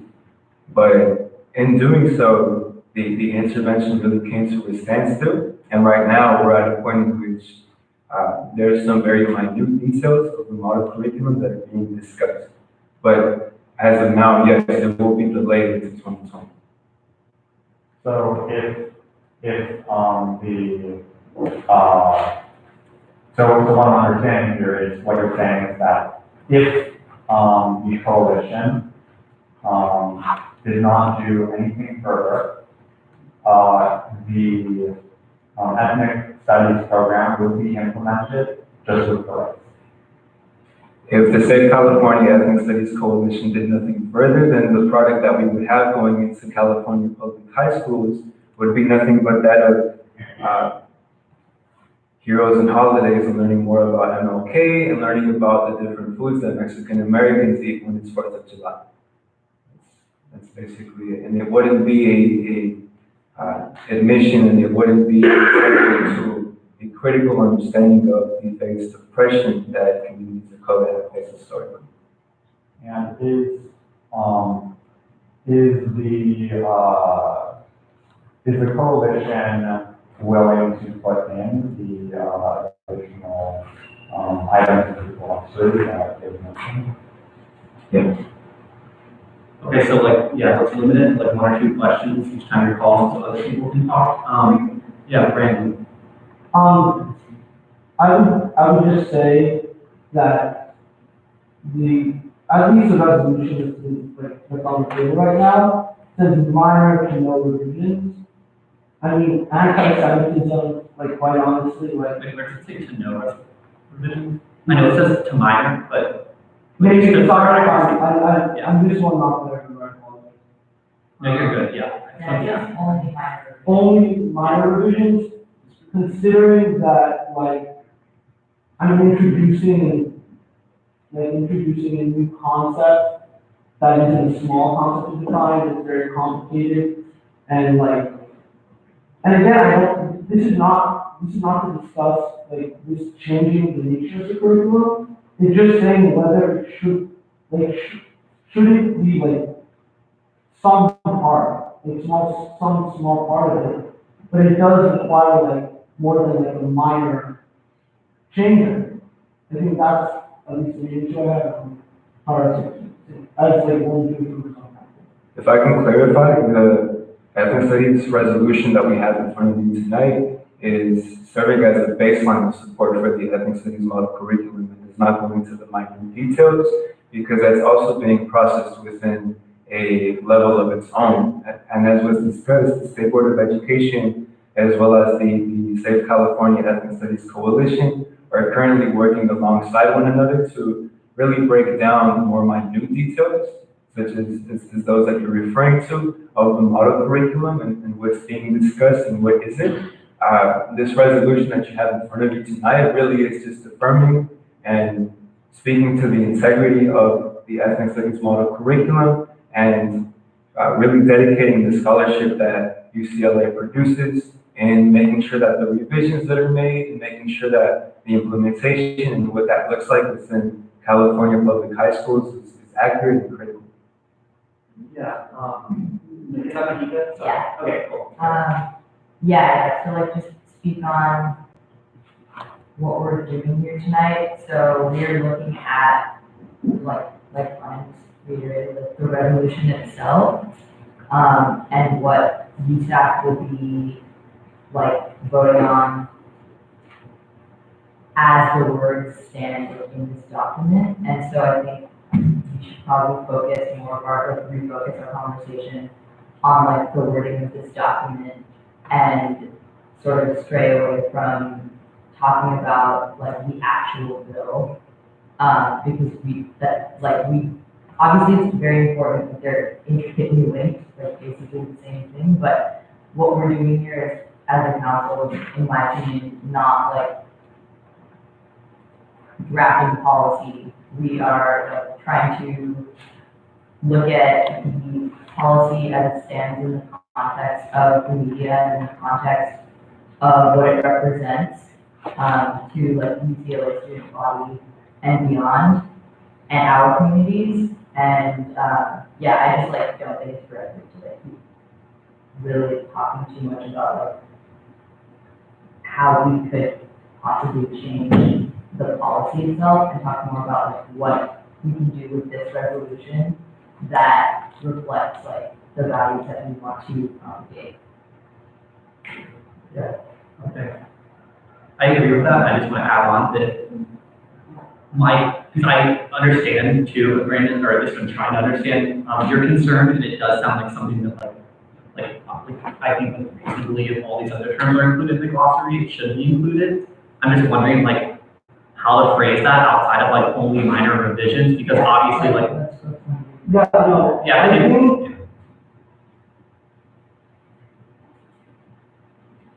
I think I just want to say that, like, literally speaking, like, adding that to a glossary, to me, like, literally sounds like a minor revision, but I understand the implication of adding that to the glossary. Yeah, I think that's just like a big reflection of where the document is. Yeah. Like a very easy to see, like, way of, like, and the reason that we have to, I think, not too much, I don't want to get everyone out of this moment. The reason, like, we have to discuss the original thing is because this resolution is support, is like, we are supporting that, the original draft curriculum. And like, whatever it was and whatever was in it. So like, even if it's not in the resolution itself, by passing a resolution, supporting it fully, we are not, like, without acknowledging like, whatever issues that may be with only minor revisions, that's an endorsement, and I think that that's.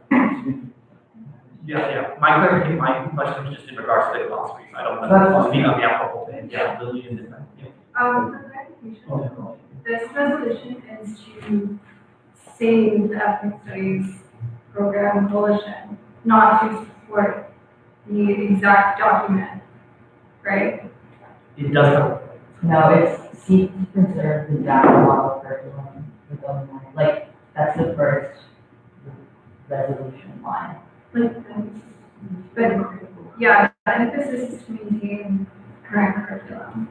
But I think following your logic, Brandon, we could write another resolution suggesting revisions to the policy and the curriculum. Or even beyond writing a resolution, you can show up to the coalition who is more than willing to listen to your concerns and voice them there and help them in building their lobbying efforts. okay, let's keep it Brian and then Tara.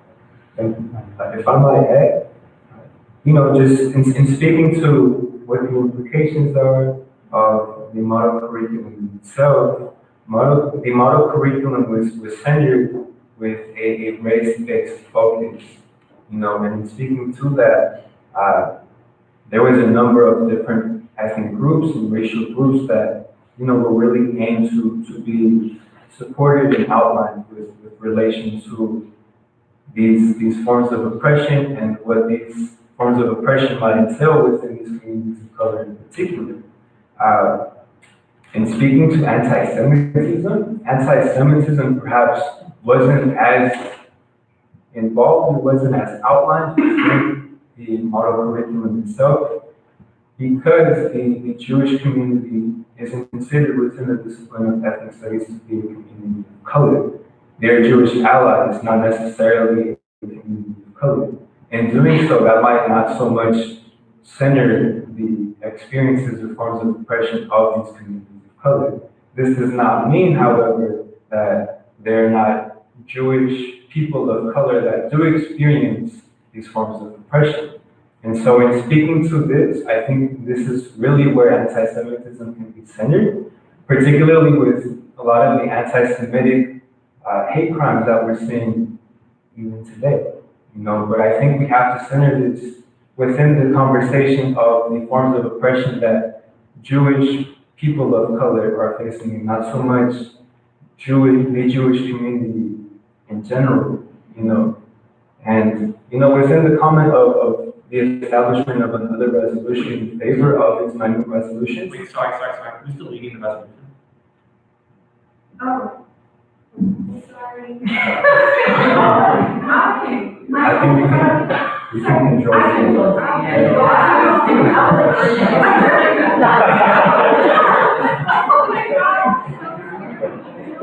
That's not an educational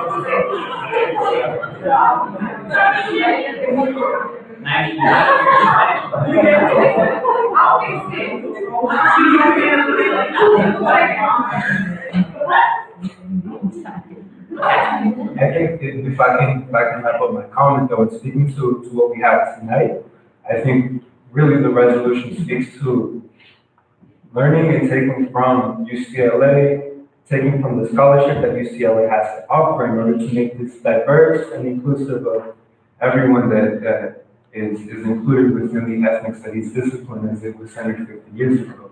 And really in commemoration of the 50th anniversary of ethnic studies to really preserve this and keep this moving forward. I understand that there's many different forms of oppression that the Jewish community has faced and continues to face to this day, as really outlined by organizations like the Anti-Defamation League, for instance.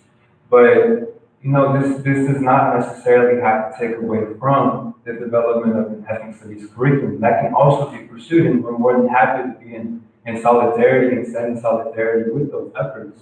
But I think tonight what we're really discussing is the integrity of the ethnic studies model curriculum and a resolution that is in favor of upholding the integrity of what ethnic studies really is. And I think if I can provide some more context on what had happened if the State California Ethnic Studies Coalition didn't intervene, there was a lot of conversations about including the histories of Greek Americans or Polish Americans and Italian Americans into ethnic studies, and contrary to the mission of ethnic studies, you know, ethnic studies came out of struggle and came to offer a counter narrative to a lot of the histories that were presented within our typical ethnic studies course or history course. And quite unfortunately, when I took a history course back in high school, I didn't see myself in it.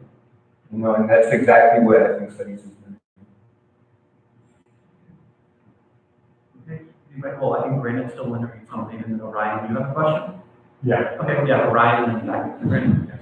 Or I'll go out. No, or mine is just a So, from what I see here, you said you'd be willing to add, these, like, extra clauses into the document, such as in the glossary. So, it seems like we're not. The coalition would, I only have jurisdiction over what's being presented to all of you tonight, which is the resolution.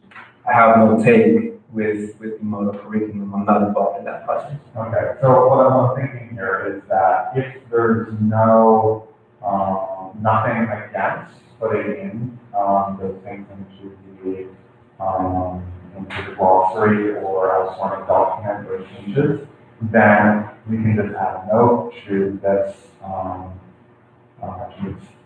document that we have here, this resolution, that just says exactly that, the resolution is contingent upon, this petition.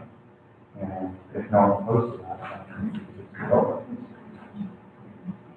If I can add, I think while it's important, it shouldn't necessarily be contingent to that, because what we're talking about in ethnic studies resolution, it talks about the inclusivity of the model curriculum itself. And I do agree that the anti-Semitism term should be added to the glossary, but, you know, in keeping to the integrity of this, it's really important to recognize that what the resolution here in this intent is really trying to do is to call upon all of the different departments to offer their work and their support. If, in fact, something more direct, like the addition of that glossary term should be made, then I would direct it to the Safe California Ethnic Studies Student Committee that we have here at UCLA to perhaps join within that in those efforts. And we have direct communication with the two co-chairs of the coalition as well. So you can also be able to voice and amplify those efforts through that avenue. But I think really for the purposes of the resolution itself, and, you know, it's speaking to having something that is geared towards what looks like the support of different ethnic studies departments on campus, I think while it's important, I think it should be added to, you know, leaving that on the political level, not so much towards the resolution. You know, I think that's more a question of policy. Well, I think given that we do have this concern in the Jewish community that they feel that this document would support, that this resolution would support this this plan that this model curriculum that is problematic, then I think it would allay their fears if in this document we just added a little note about that. And I don't see any problem with adding an additional note to the document.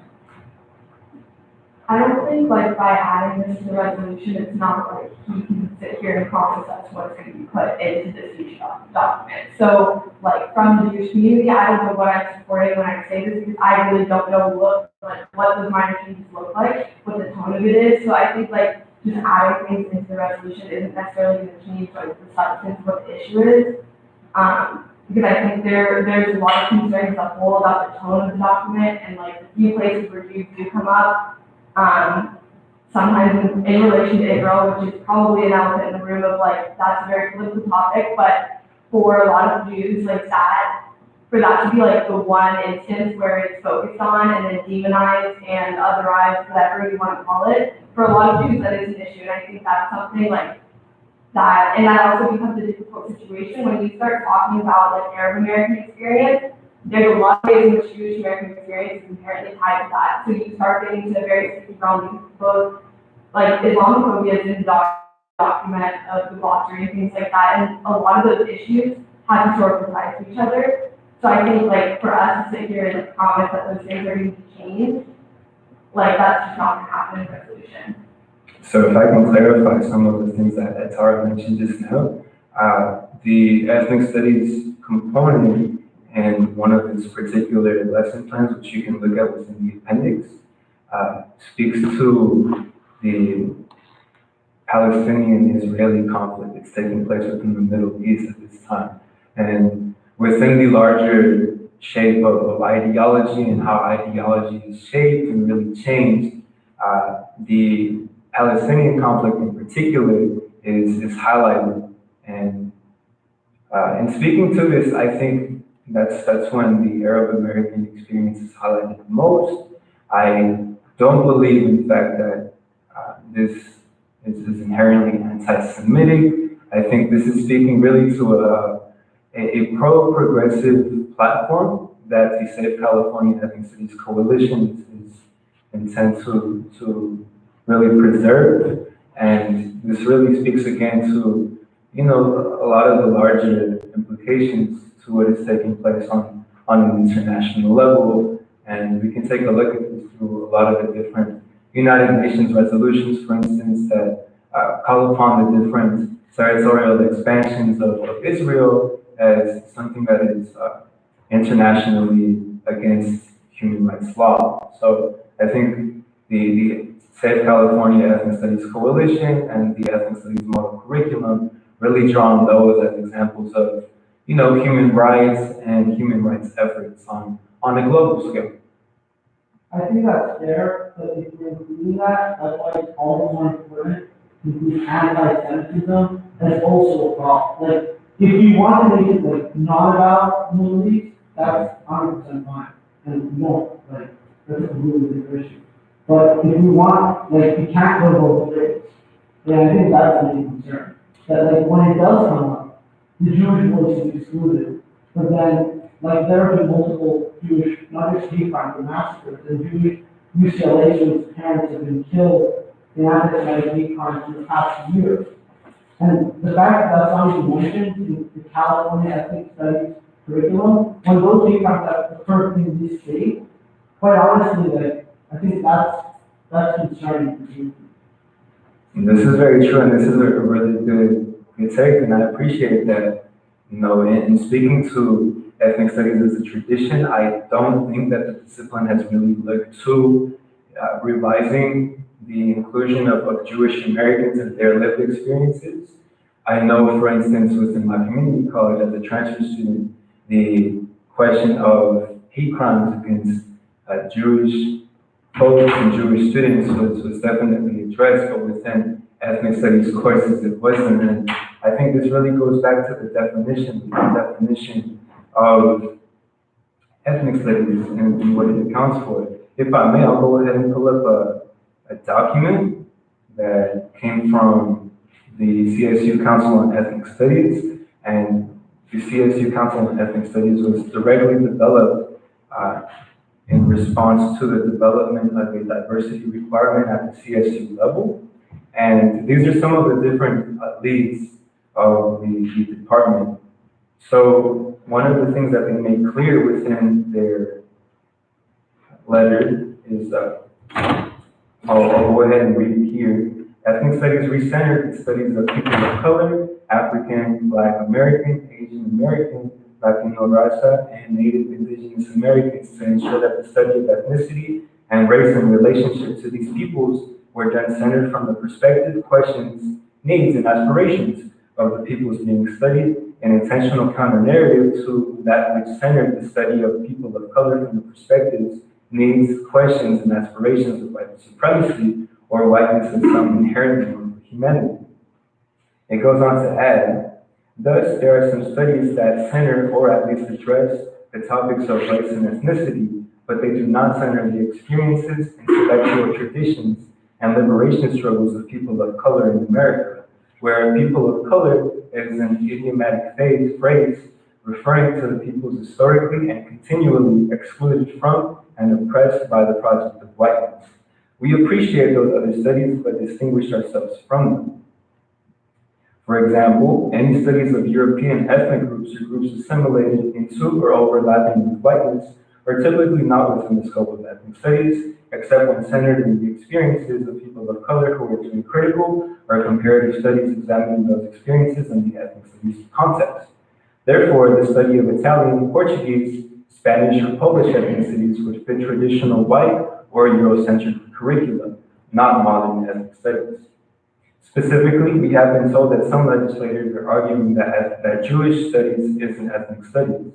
Jewish studies has over a century of tradition in the American Academy as either religious or cultural/multicultural studies, but it has no academic tradition inside of ethnic studies at any point in the 50-year history of the field. This does not diminish the importance of Jewish studies. To the contrary, it simply respects its American tradition. Jewish studies, for the most part, was a project to understand the assimilation of American Jews into American whiteness. The portion that was not assimilationist into whiteness still did not focus on Jews of color, African/Black Jews, Asian Jews, etc., and definitely did not recenter Jewish studies as a people of color decolonial project. As a practical data point, when the CSU Task Force on Advancing Ethnic Studies and polled the 23 campuses for a listing of ethnic studies departments, units, and programs, not a single campus registered Jewish studies among their ethnic studies offerings.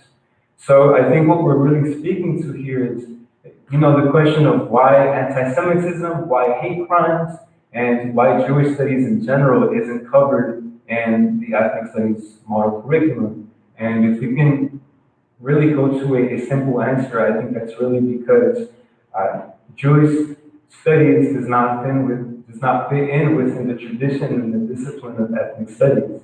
Does this mean that it shouldn't be studied? Of course not. But what it's simply saying is that the Jewish community with relation to ethnic studies historically has not been a point of emphasis as a discipline, as a theoretical framework, and so on. But, that does not mean that we're not asking for the participation of Jewish allies, that we're not asking for the participation of people of color in addressing a lot of the different forms of oppression that Jewish allies face. This only means that right now the ethnic studies model curriculum, as well as the ethnic studies resolution, is focused on centering the experiences of students of color, people of color in the United States. Okay, so we're going to wrap it up with Willie, Fletchy, Brandon. Anybody else want to say a final comment? Okay, Orion, anybody else? Okay, so we're going to go in that order, and then we're going to motion. Okay, Lily? I kind of just wanted to echo your previous statements about the nature of this resolution, primarily addressing communities of color. I wholeheartedly believe that anti-Semitism should be addressed, but I also think the purpose of this resolution is for communities of color who have been historically impacted, whereas white passing or ethnic minorities that are white did not have the same level of oppression historically in the United States. Specifically in the housing market, as an example, racialization of suburbs.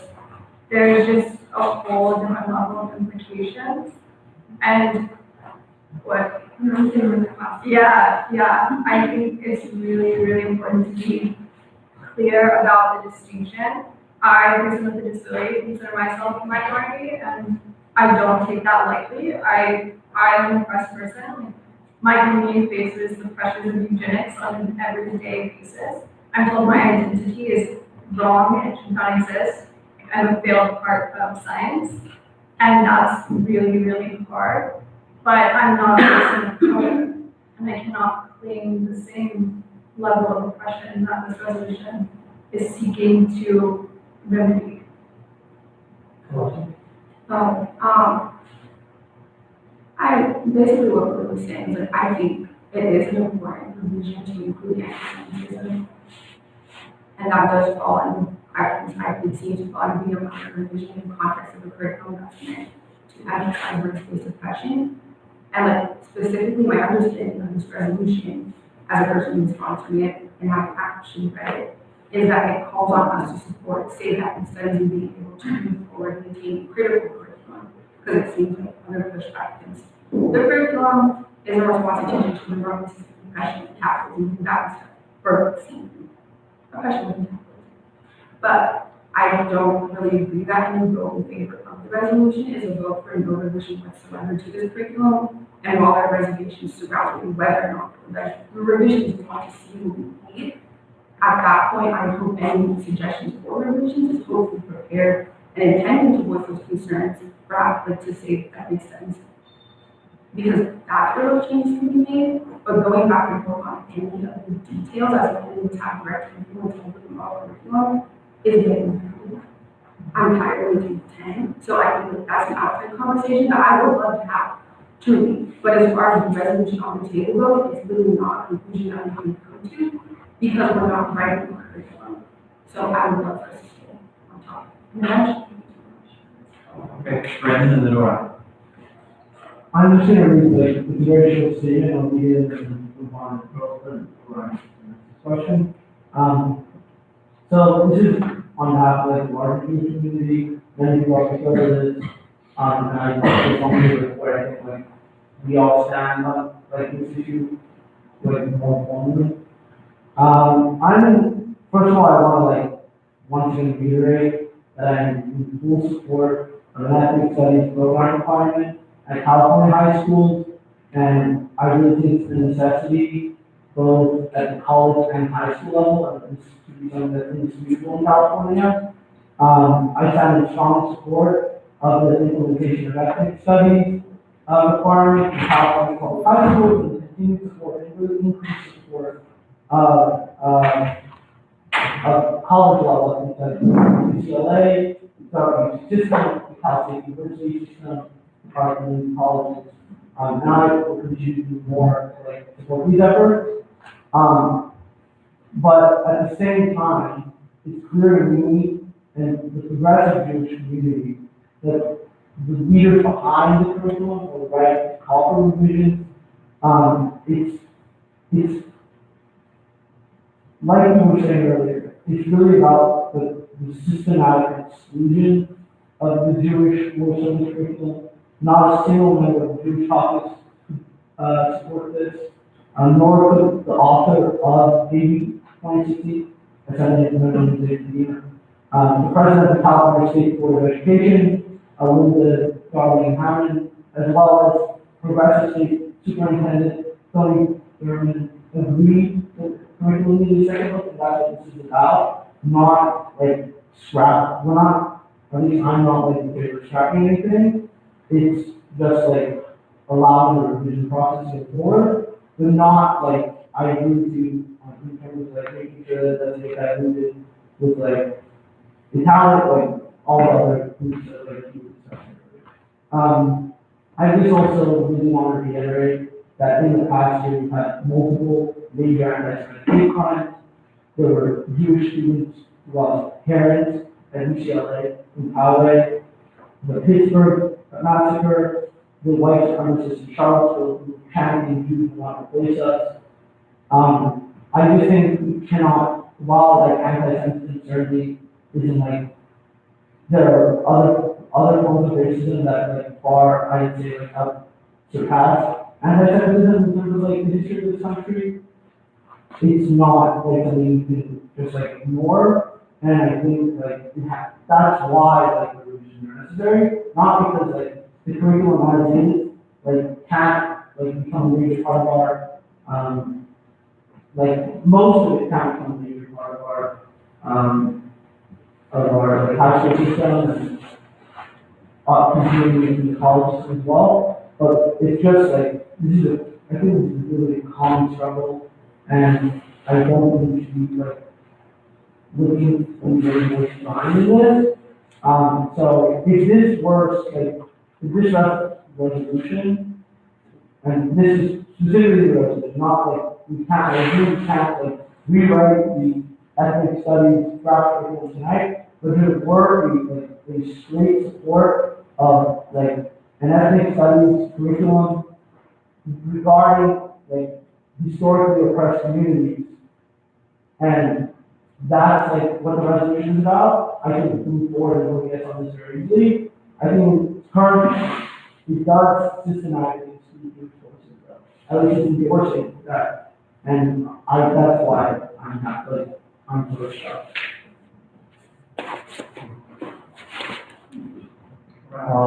So what I'm saying here is that, so what you said, Brandon, is that,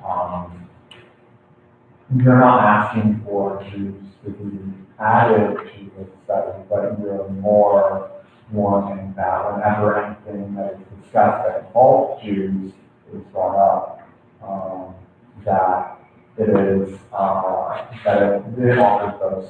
It's a fair representation. A fair It's not like most Jews, like in my conversations with Jews, that there was like pushback on Jews. Most Jews, they can speak or 85% Jews and everything, but like Democrats and progressive, they supported it. Like the issue is they felt that the draft curriculum was just anti, rather than like you're saying, showing a fair perspective on like what the Jewish experience might be talk about. And I know Jewish Voice for Peace supported it. I used to think like Jewish Voice for Peace isn't like representative of the community. I didn't think sure. What I was saying is that, it seems like we in general have an agreement that, anti-Semitism is kind of an issue and that we are okay with it being added to the actual, model curriculum. And so if that's the case, and it does seem like there is issues here if the Jewish community has, in caucus, produced statements saying that it is problematic, then I think it is something that we do need to worry about. Also, it is something that we do need to push for though, because, as you said, if we drop it, we can have an issue of, it not, going through. So, I think that it's in order of interest to add a statement that just reaffirms that there will be changes made, and whether or not you call that a minor change because there's small sections of the document that need to be changed, or whether you call it a large change because that is a large piece of history that needs to be added to the document. Either way, we should make a statement that says, whether or not we remove the parts in there that, or add parts, it doesn't matter in the final document. What this is what we're doing now, as for part of the point, that you don't feel okay with, just adding some wording like this. This document is not us,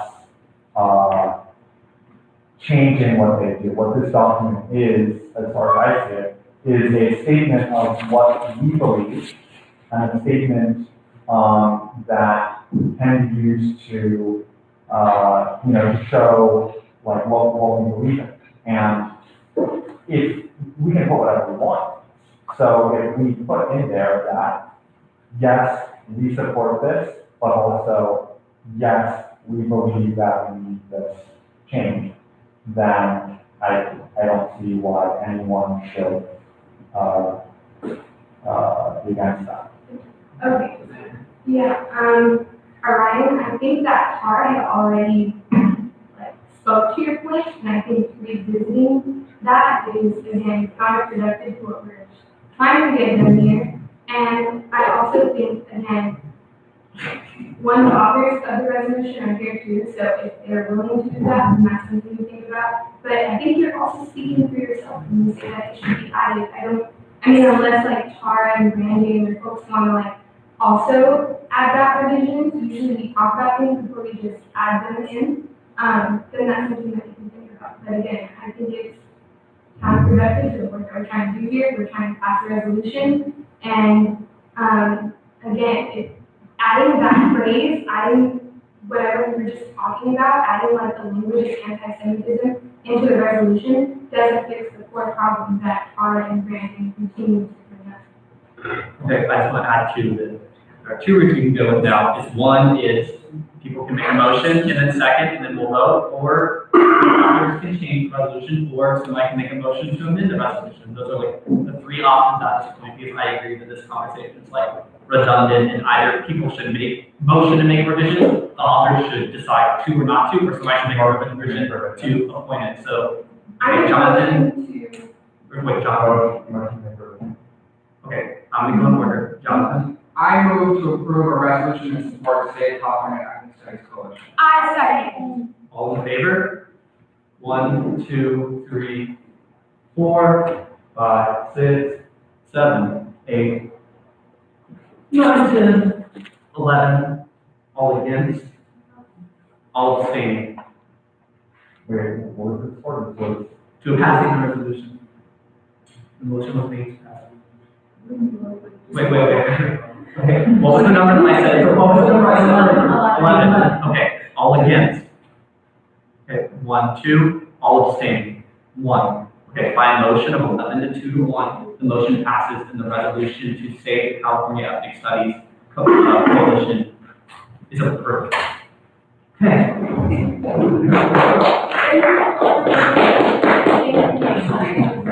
Thank you. Y'all are amazing. Thank you so much.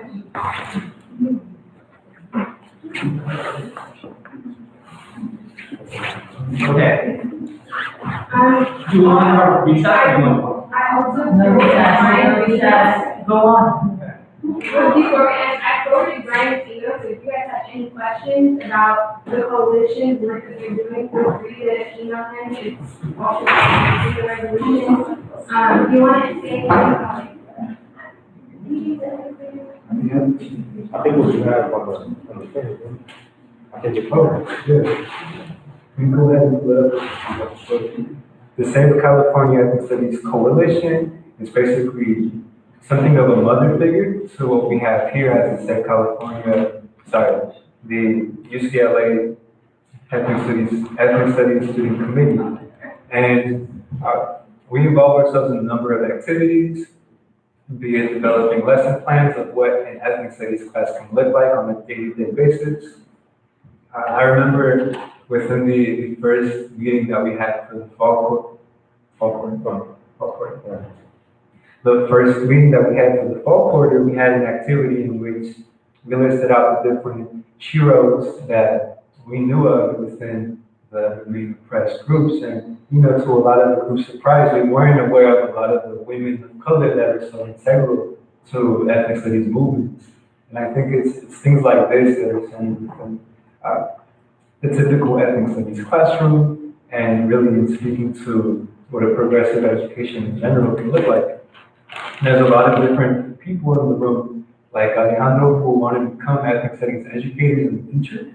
So if anybody's interested in learning more about what an ethnic studies classroom can look like, as well as what the policy looks like, y'all are more than welcome to join. We're taking ethnic studies class. We're taking ethnic studies class, yeah. Very much. Okay. Thank you all again for coming out tonight. We really appreciate it. If you all have any other questions or comments for us, or anything we can support in the future, just come back to us and let us know. Thank you for your support. We appreciate, the efforts. We know it's a long conversation. This conversation goes outside of just these walls as well, right? Like these concerns that you have, these concerns that are having outside of the classroom, outside of here. And I think it's a dialogue that can continue to happen. And we're putting up some information, but definitely we look forward to continuing this conversation. But thank you all that supported and everything that will happen. I'll go ahead and send Naomi the flyer for our organization. I don't think we're meeting anymore this fall quarter, but we're definitely going to be starting once again during the winter. So we invite all of you to come by. Thank you.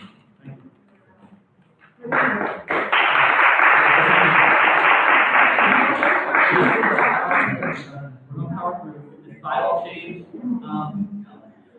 okay.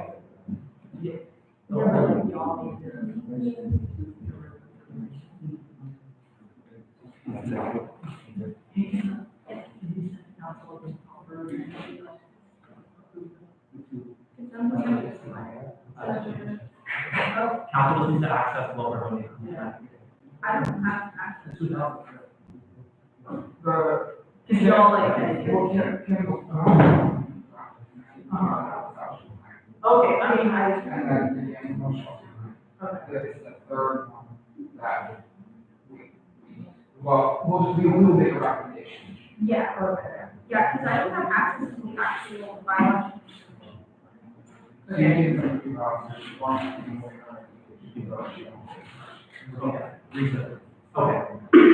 so, yeah, we'll do this the proper way then, where the bylaw change is presented, CRC will give their recommendations, we'll vote on the recommendations, and we'll vote to approve. So, Kim? Yeah, hold on, I should have sent it to you, or at least I forwarded it to, you all that I sent to, Constitutional Review Committee. Yeah, hold on, let me just.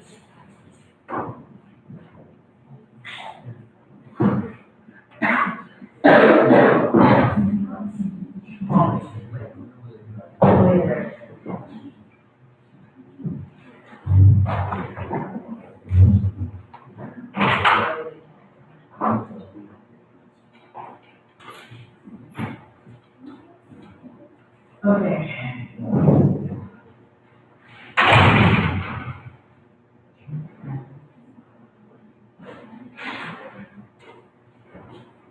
So the first bylaw change is on Article Article 5, Section F. We're not using. No. I think most people say that. This is it. Yeah. So Article 5, Section F, number 2.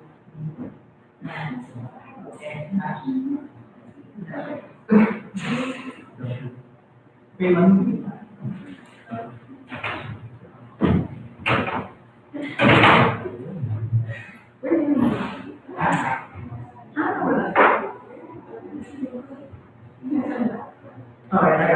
Okay, so Article 5, Section F, number 2A. So we're just gonna strike, 8, which is gamma, the representative from Greeks advocating mature management of alcohol. It doesn't exist anymore, therefore I'm striking. And then the other one is, Article 5, Section F, number 4B. I wanted to change it, the internal vice president shall appoint the campus safety director and they shall serve as the vice chair of the campus safety alliance. What was it currently set? What was it currently set? Wait, what? So you just read the new version, or? It's what I had wanted to, add to the bylaws. There's no. It's not changing. Oh, yes, okay, I'm changing to appointment instead of electing the vice chair. So in the past, Did you send? That's something I have to say, why we should talk about. A vice chair used to be elected internally. Wait, before we leave Norris, did you send all of the? Yeah. Council? It takes a while.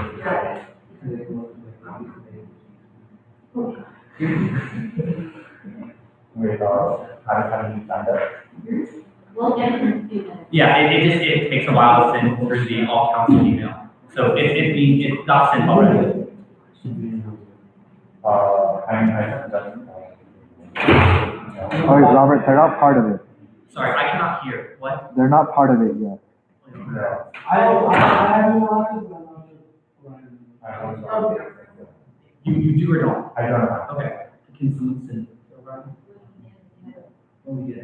Here, I'll, here's Okay, Lily? Another question about the bylaw change itself. Yeah. When I was in Greek life, I knew gamma existed, and I think it's very important to hold the communication. They do attend the PAC. They obviously can the surveillance. I know it's. It's just, they've been attending the They were all last year. Yeah. Do we have anyone from IFC? Yes, Josh Kaplan, council. So, Is that written in the bylaws anywhere? it used to be, the IFC would have a representative there, I'm not sure if it's there explicitly now. I don't think so. May I suggest a future addition of that? Yeah, we will be doing another probably presentation to practice like pilots after going to strat two. And just put in your, and I just received it. I got it. Orion, what's your email? Thank you. Thank you. Thanks, man. Yeah, we have access to the IDP one. Yeah, I have access to the CSA, I don't have access to the IDP. Oh, there's both. Oh, is it the same thing? Oh, there should be three. They're both are. Oh, There's. There, oh, I sent two right now. Two links, the second one denies me access. Oh. Stand. My bad. That was the back. Oh. I know the food. Let me. Can I work it down? Yeah. Okay, y'all can refresh.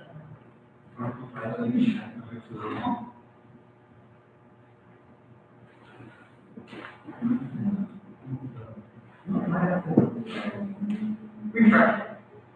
Maybe I don't see anything in both, so. Oh, that's because Dylan sent it, right? So I think it should come. I think it's just delayed. No, so I have access to it, but, I don't see like, it says that addition should be in bold, but I don't see any bold additions to it. There's no addition to it, it's just a striker. Oh, it's just one strike though. Yeah.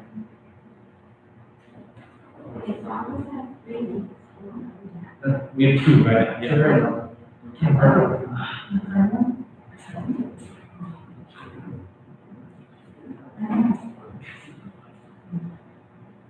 I don't have access to the other one, I'll do that. Yeah, Do we want to make a motion? Is that more? Oh. Jonathan, what is CRC better? Who's the chair of this though? Jonathan, would you like to make a recommendation? Yeah, for the CRC recommendation, was to approve the change, proceed, it just makes sense, there existed in motion, these bylaws.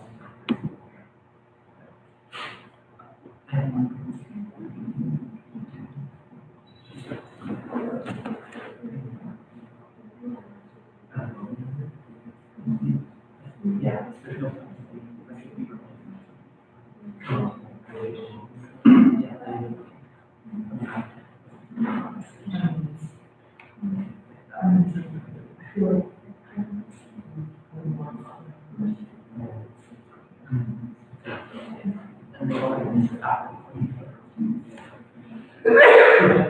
Okay, cool.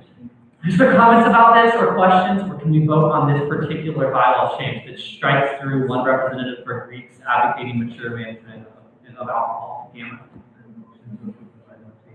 Article 5, section 7.2.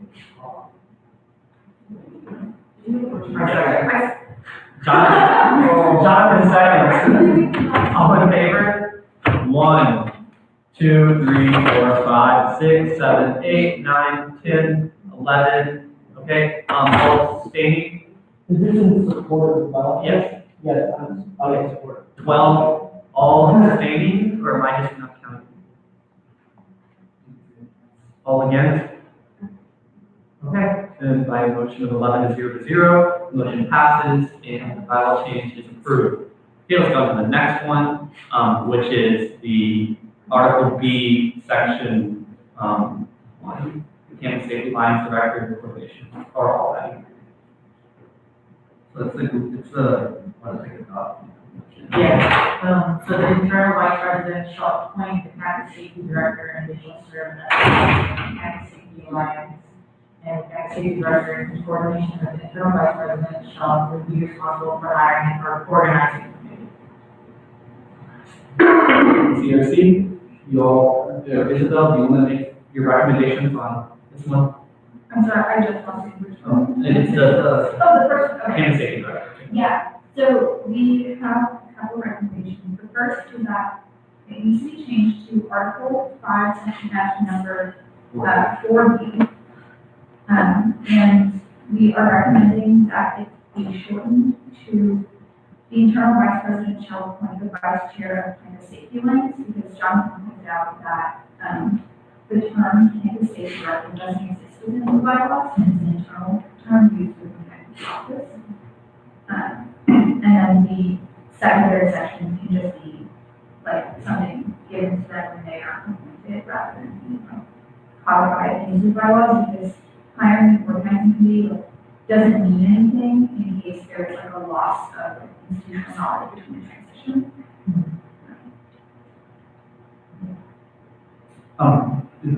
Is that the recommendation? Okay, can I ask a question? For the organizing committee, is that just like the campus safety committee, it's like within the office that helps organize the meetings? Okay, that's just what I was trying to Yeah. Okay, my other question is the language of hiring. I have two concerns with that, Dr. Geller. Is the first is if we're hiring a committee, that would be stipended and the committee would be appointed. My second question is, and this is for council thing, is it better for us to just say organizing or like convening an organizing committee because we don't know if future IDP will, like this set in stone. Seriously, is recommending to take that. Yeah, so I'm gonna read the so like, internal mind. This is a different project. No, but this is. No, this is, because of the way we're changing, this is me changing CSA part of the bylaw, this is me changing the part of the bylaw. Oh, okay. So basically it's changing, we're giving him an appointment to CSA as vice chair of Campus Safety Alliance. So basically what we're saying is the interim vice president shall appoint the vice chair of Campus Safety Alliance as a done, and then we would another bylaw change that adds that to her appointment section. Okay, I like that. And it's a count consent appointment, it's not like. Okay, cool. So, Can I go to the approve the bylaw change for Article 5, Section F, number 40? I second. all in favor? 1, 2, 3, 4, 5, 6, 7, 8, 9, 10, 11, 12, 13, 14. By a motion of 14 to 0, the motion passes and is unanimously approved. With the recommended changes, yes. Sorry, just for clarification, thank you. And then the next one? Do we have access to it? Oh, yeah. Thanks, Tina. So then, Okay, now this one, Article 2, Section C, number 5, Section F, it will be added to the appointments bylaws, which is the internal vice president shall appoint campus safety alliance vice chairperson when appointed. And it would be, because right now there's no IDP appointments, so it would just be like added above EDP or constitutional order that every other one would be off. and this originated in CRC, so. Just so it's, thank you for that. CRC. Okay, is there a motion to approve the bylaw change with the amendments? I said something wrong.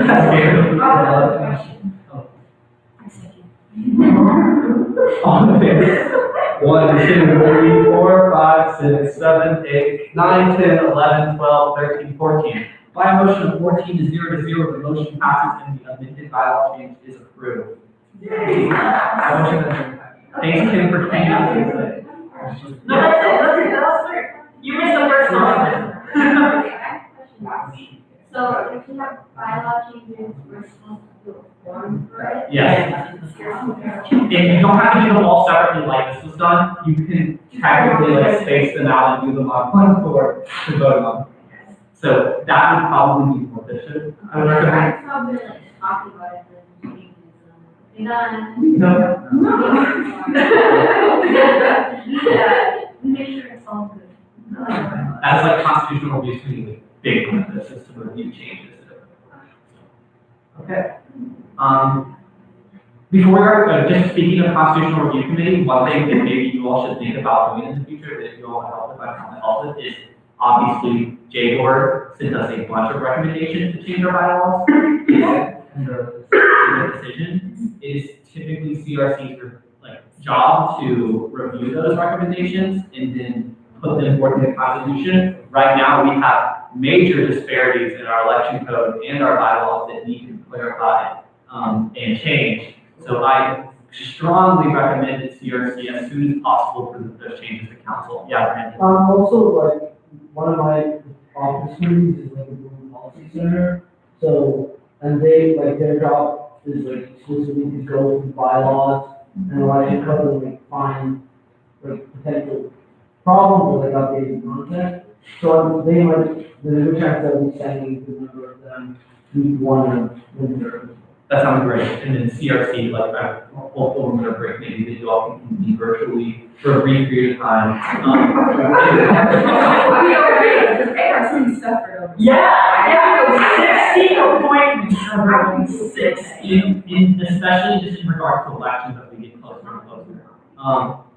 And then also, I just want to send out one more reminder before we adjourn, is that since nobody has done surplus proposals for tonight, essentially all surplus proposals will be done during week 1 or week 2. I strongly recommend that you do your proposal week 1 so that we are not here until 2 a.m. week 2, because deliberations for allocations do take a lot of time, and that's happening week 2. So like, please hold yourself responsible over winter break to like organize your presentations and to think critically about how much money you're asking from council.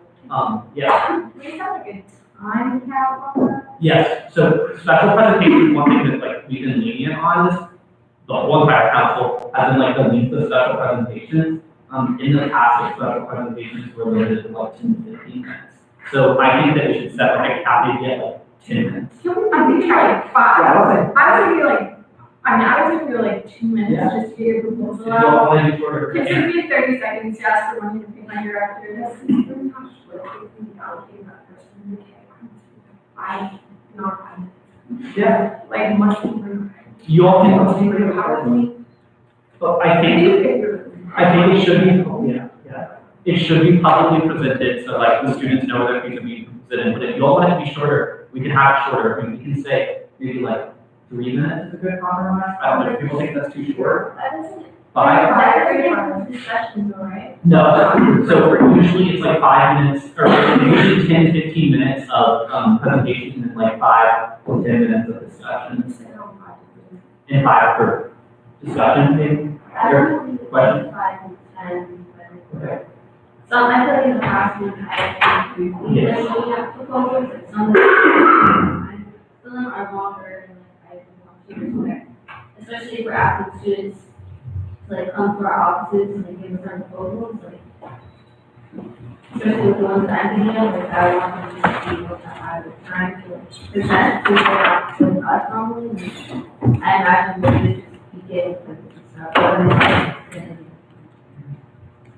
The 5 minutes would be shorter. So you're saying you're gonna have students come on behalf of your office to present? Okay, that's, At least for one. so we're saying 5 to 10 minutes for the presentation? Yeah. Okay. I would tell them lean more towards 5, but like not saying that that's the maximum. Maximum is 10. Okay. I'm just trying to think like how to phrase that. I'll say like recommended 5, maximum 10. Yeah, okay. I would say if you're on council, Yes, keep it 5. like, Yeah, we have on time sheet. to sign out. Yeah. I give comments. Okay, yeah. Isabel? One, can we keep like a spreadsheet of like that request and like amount?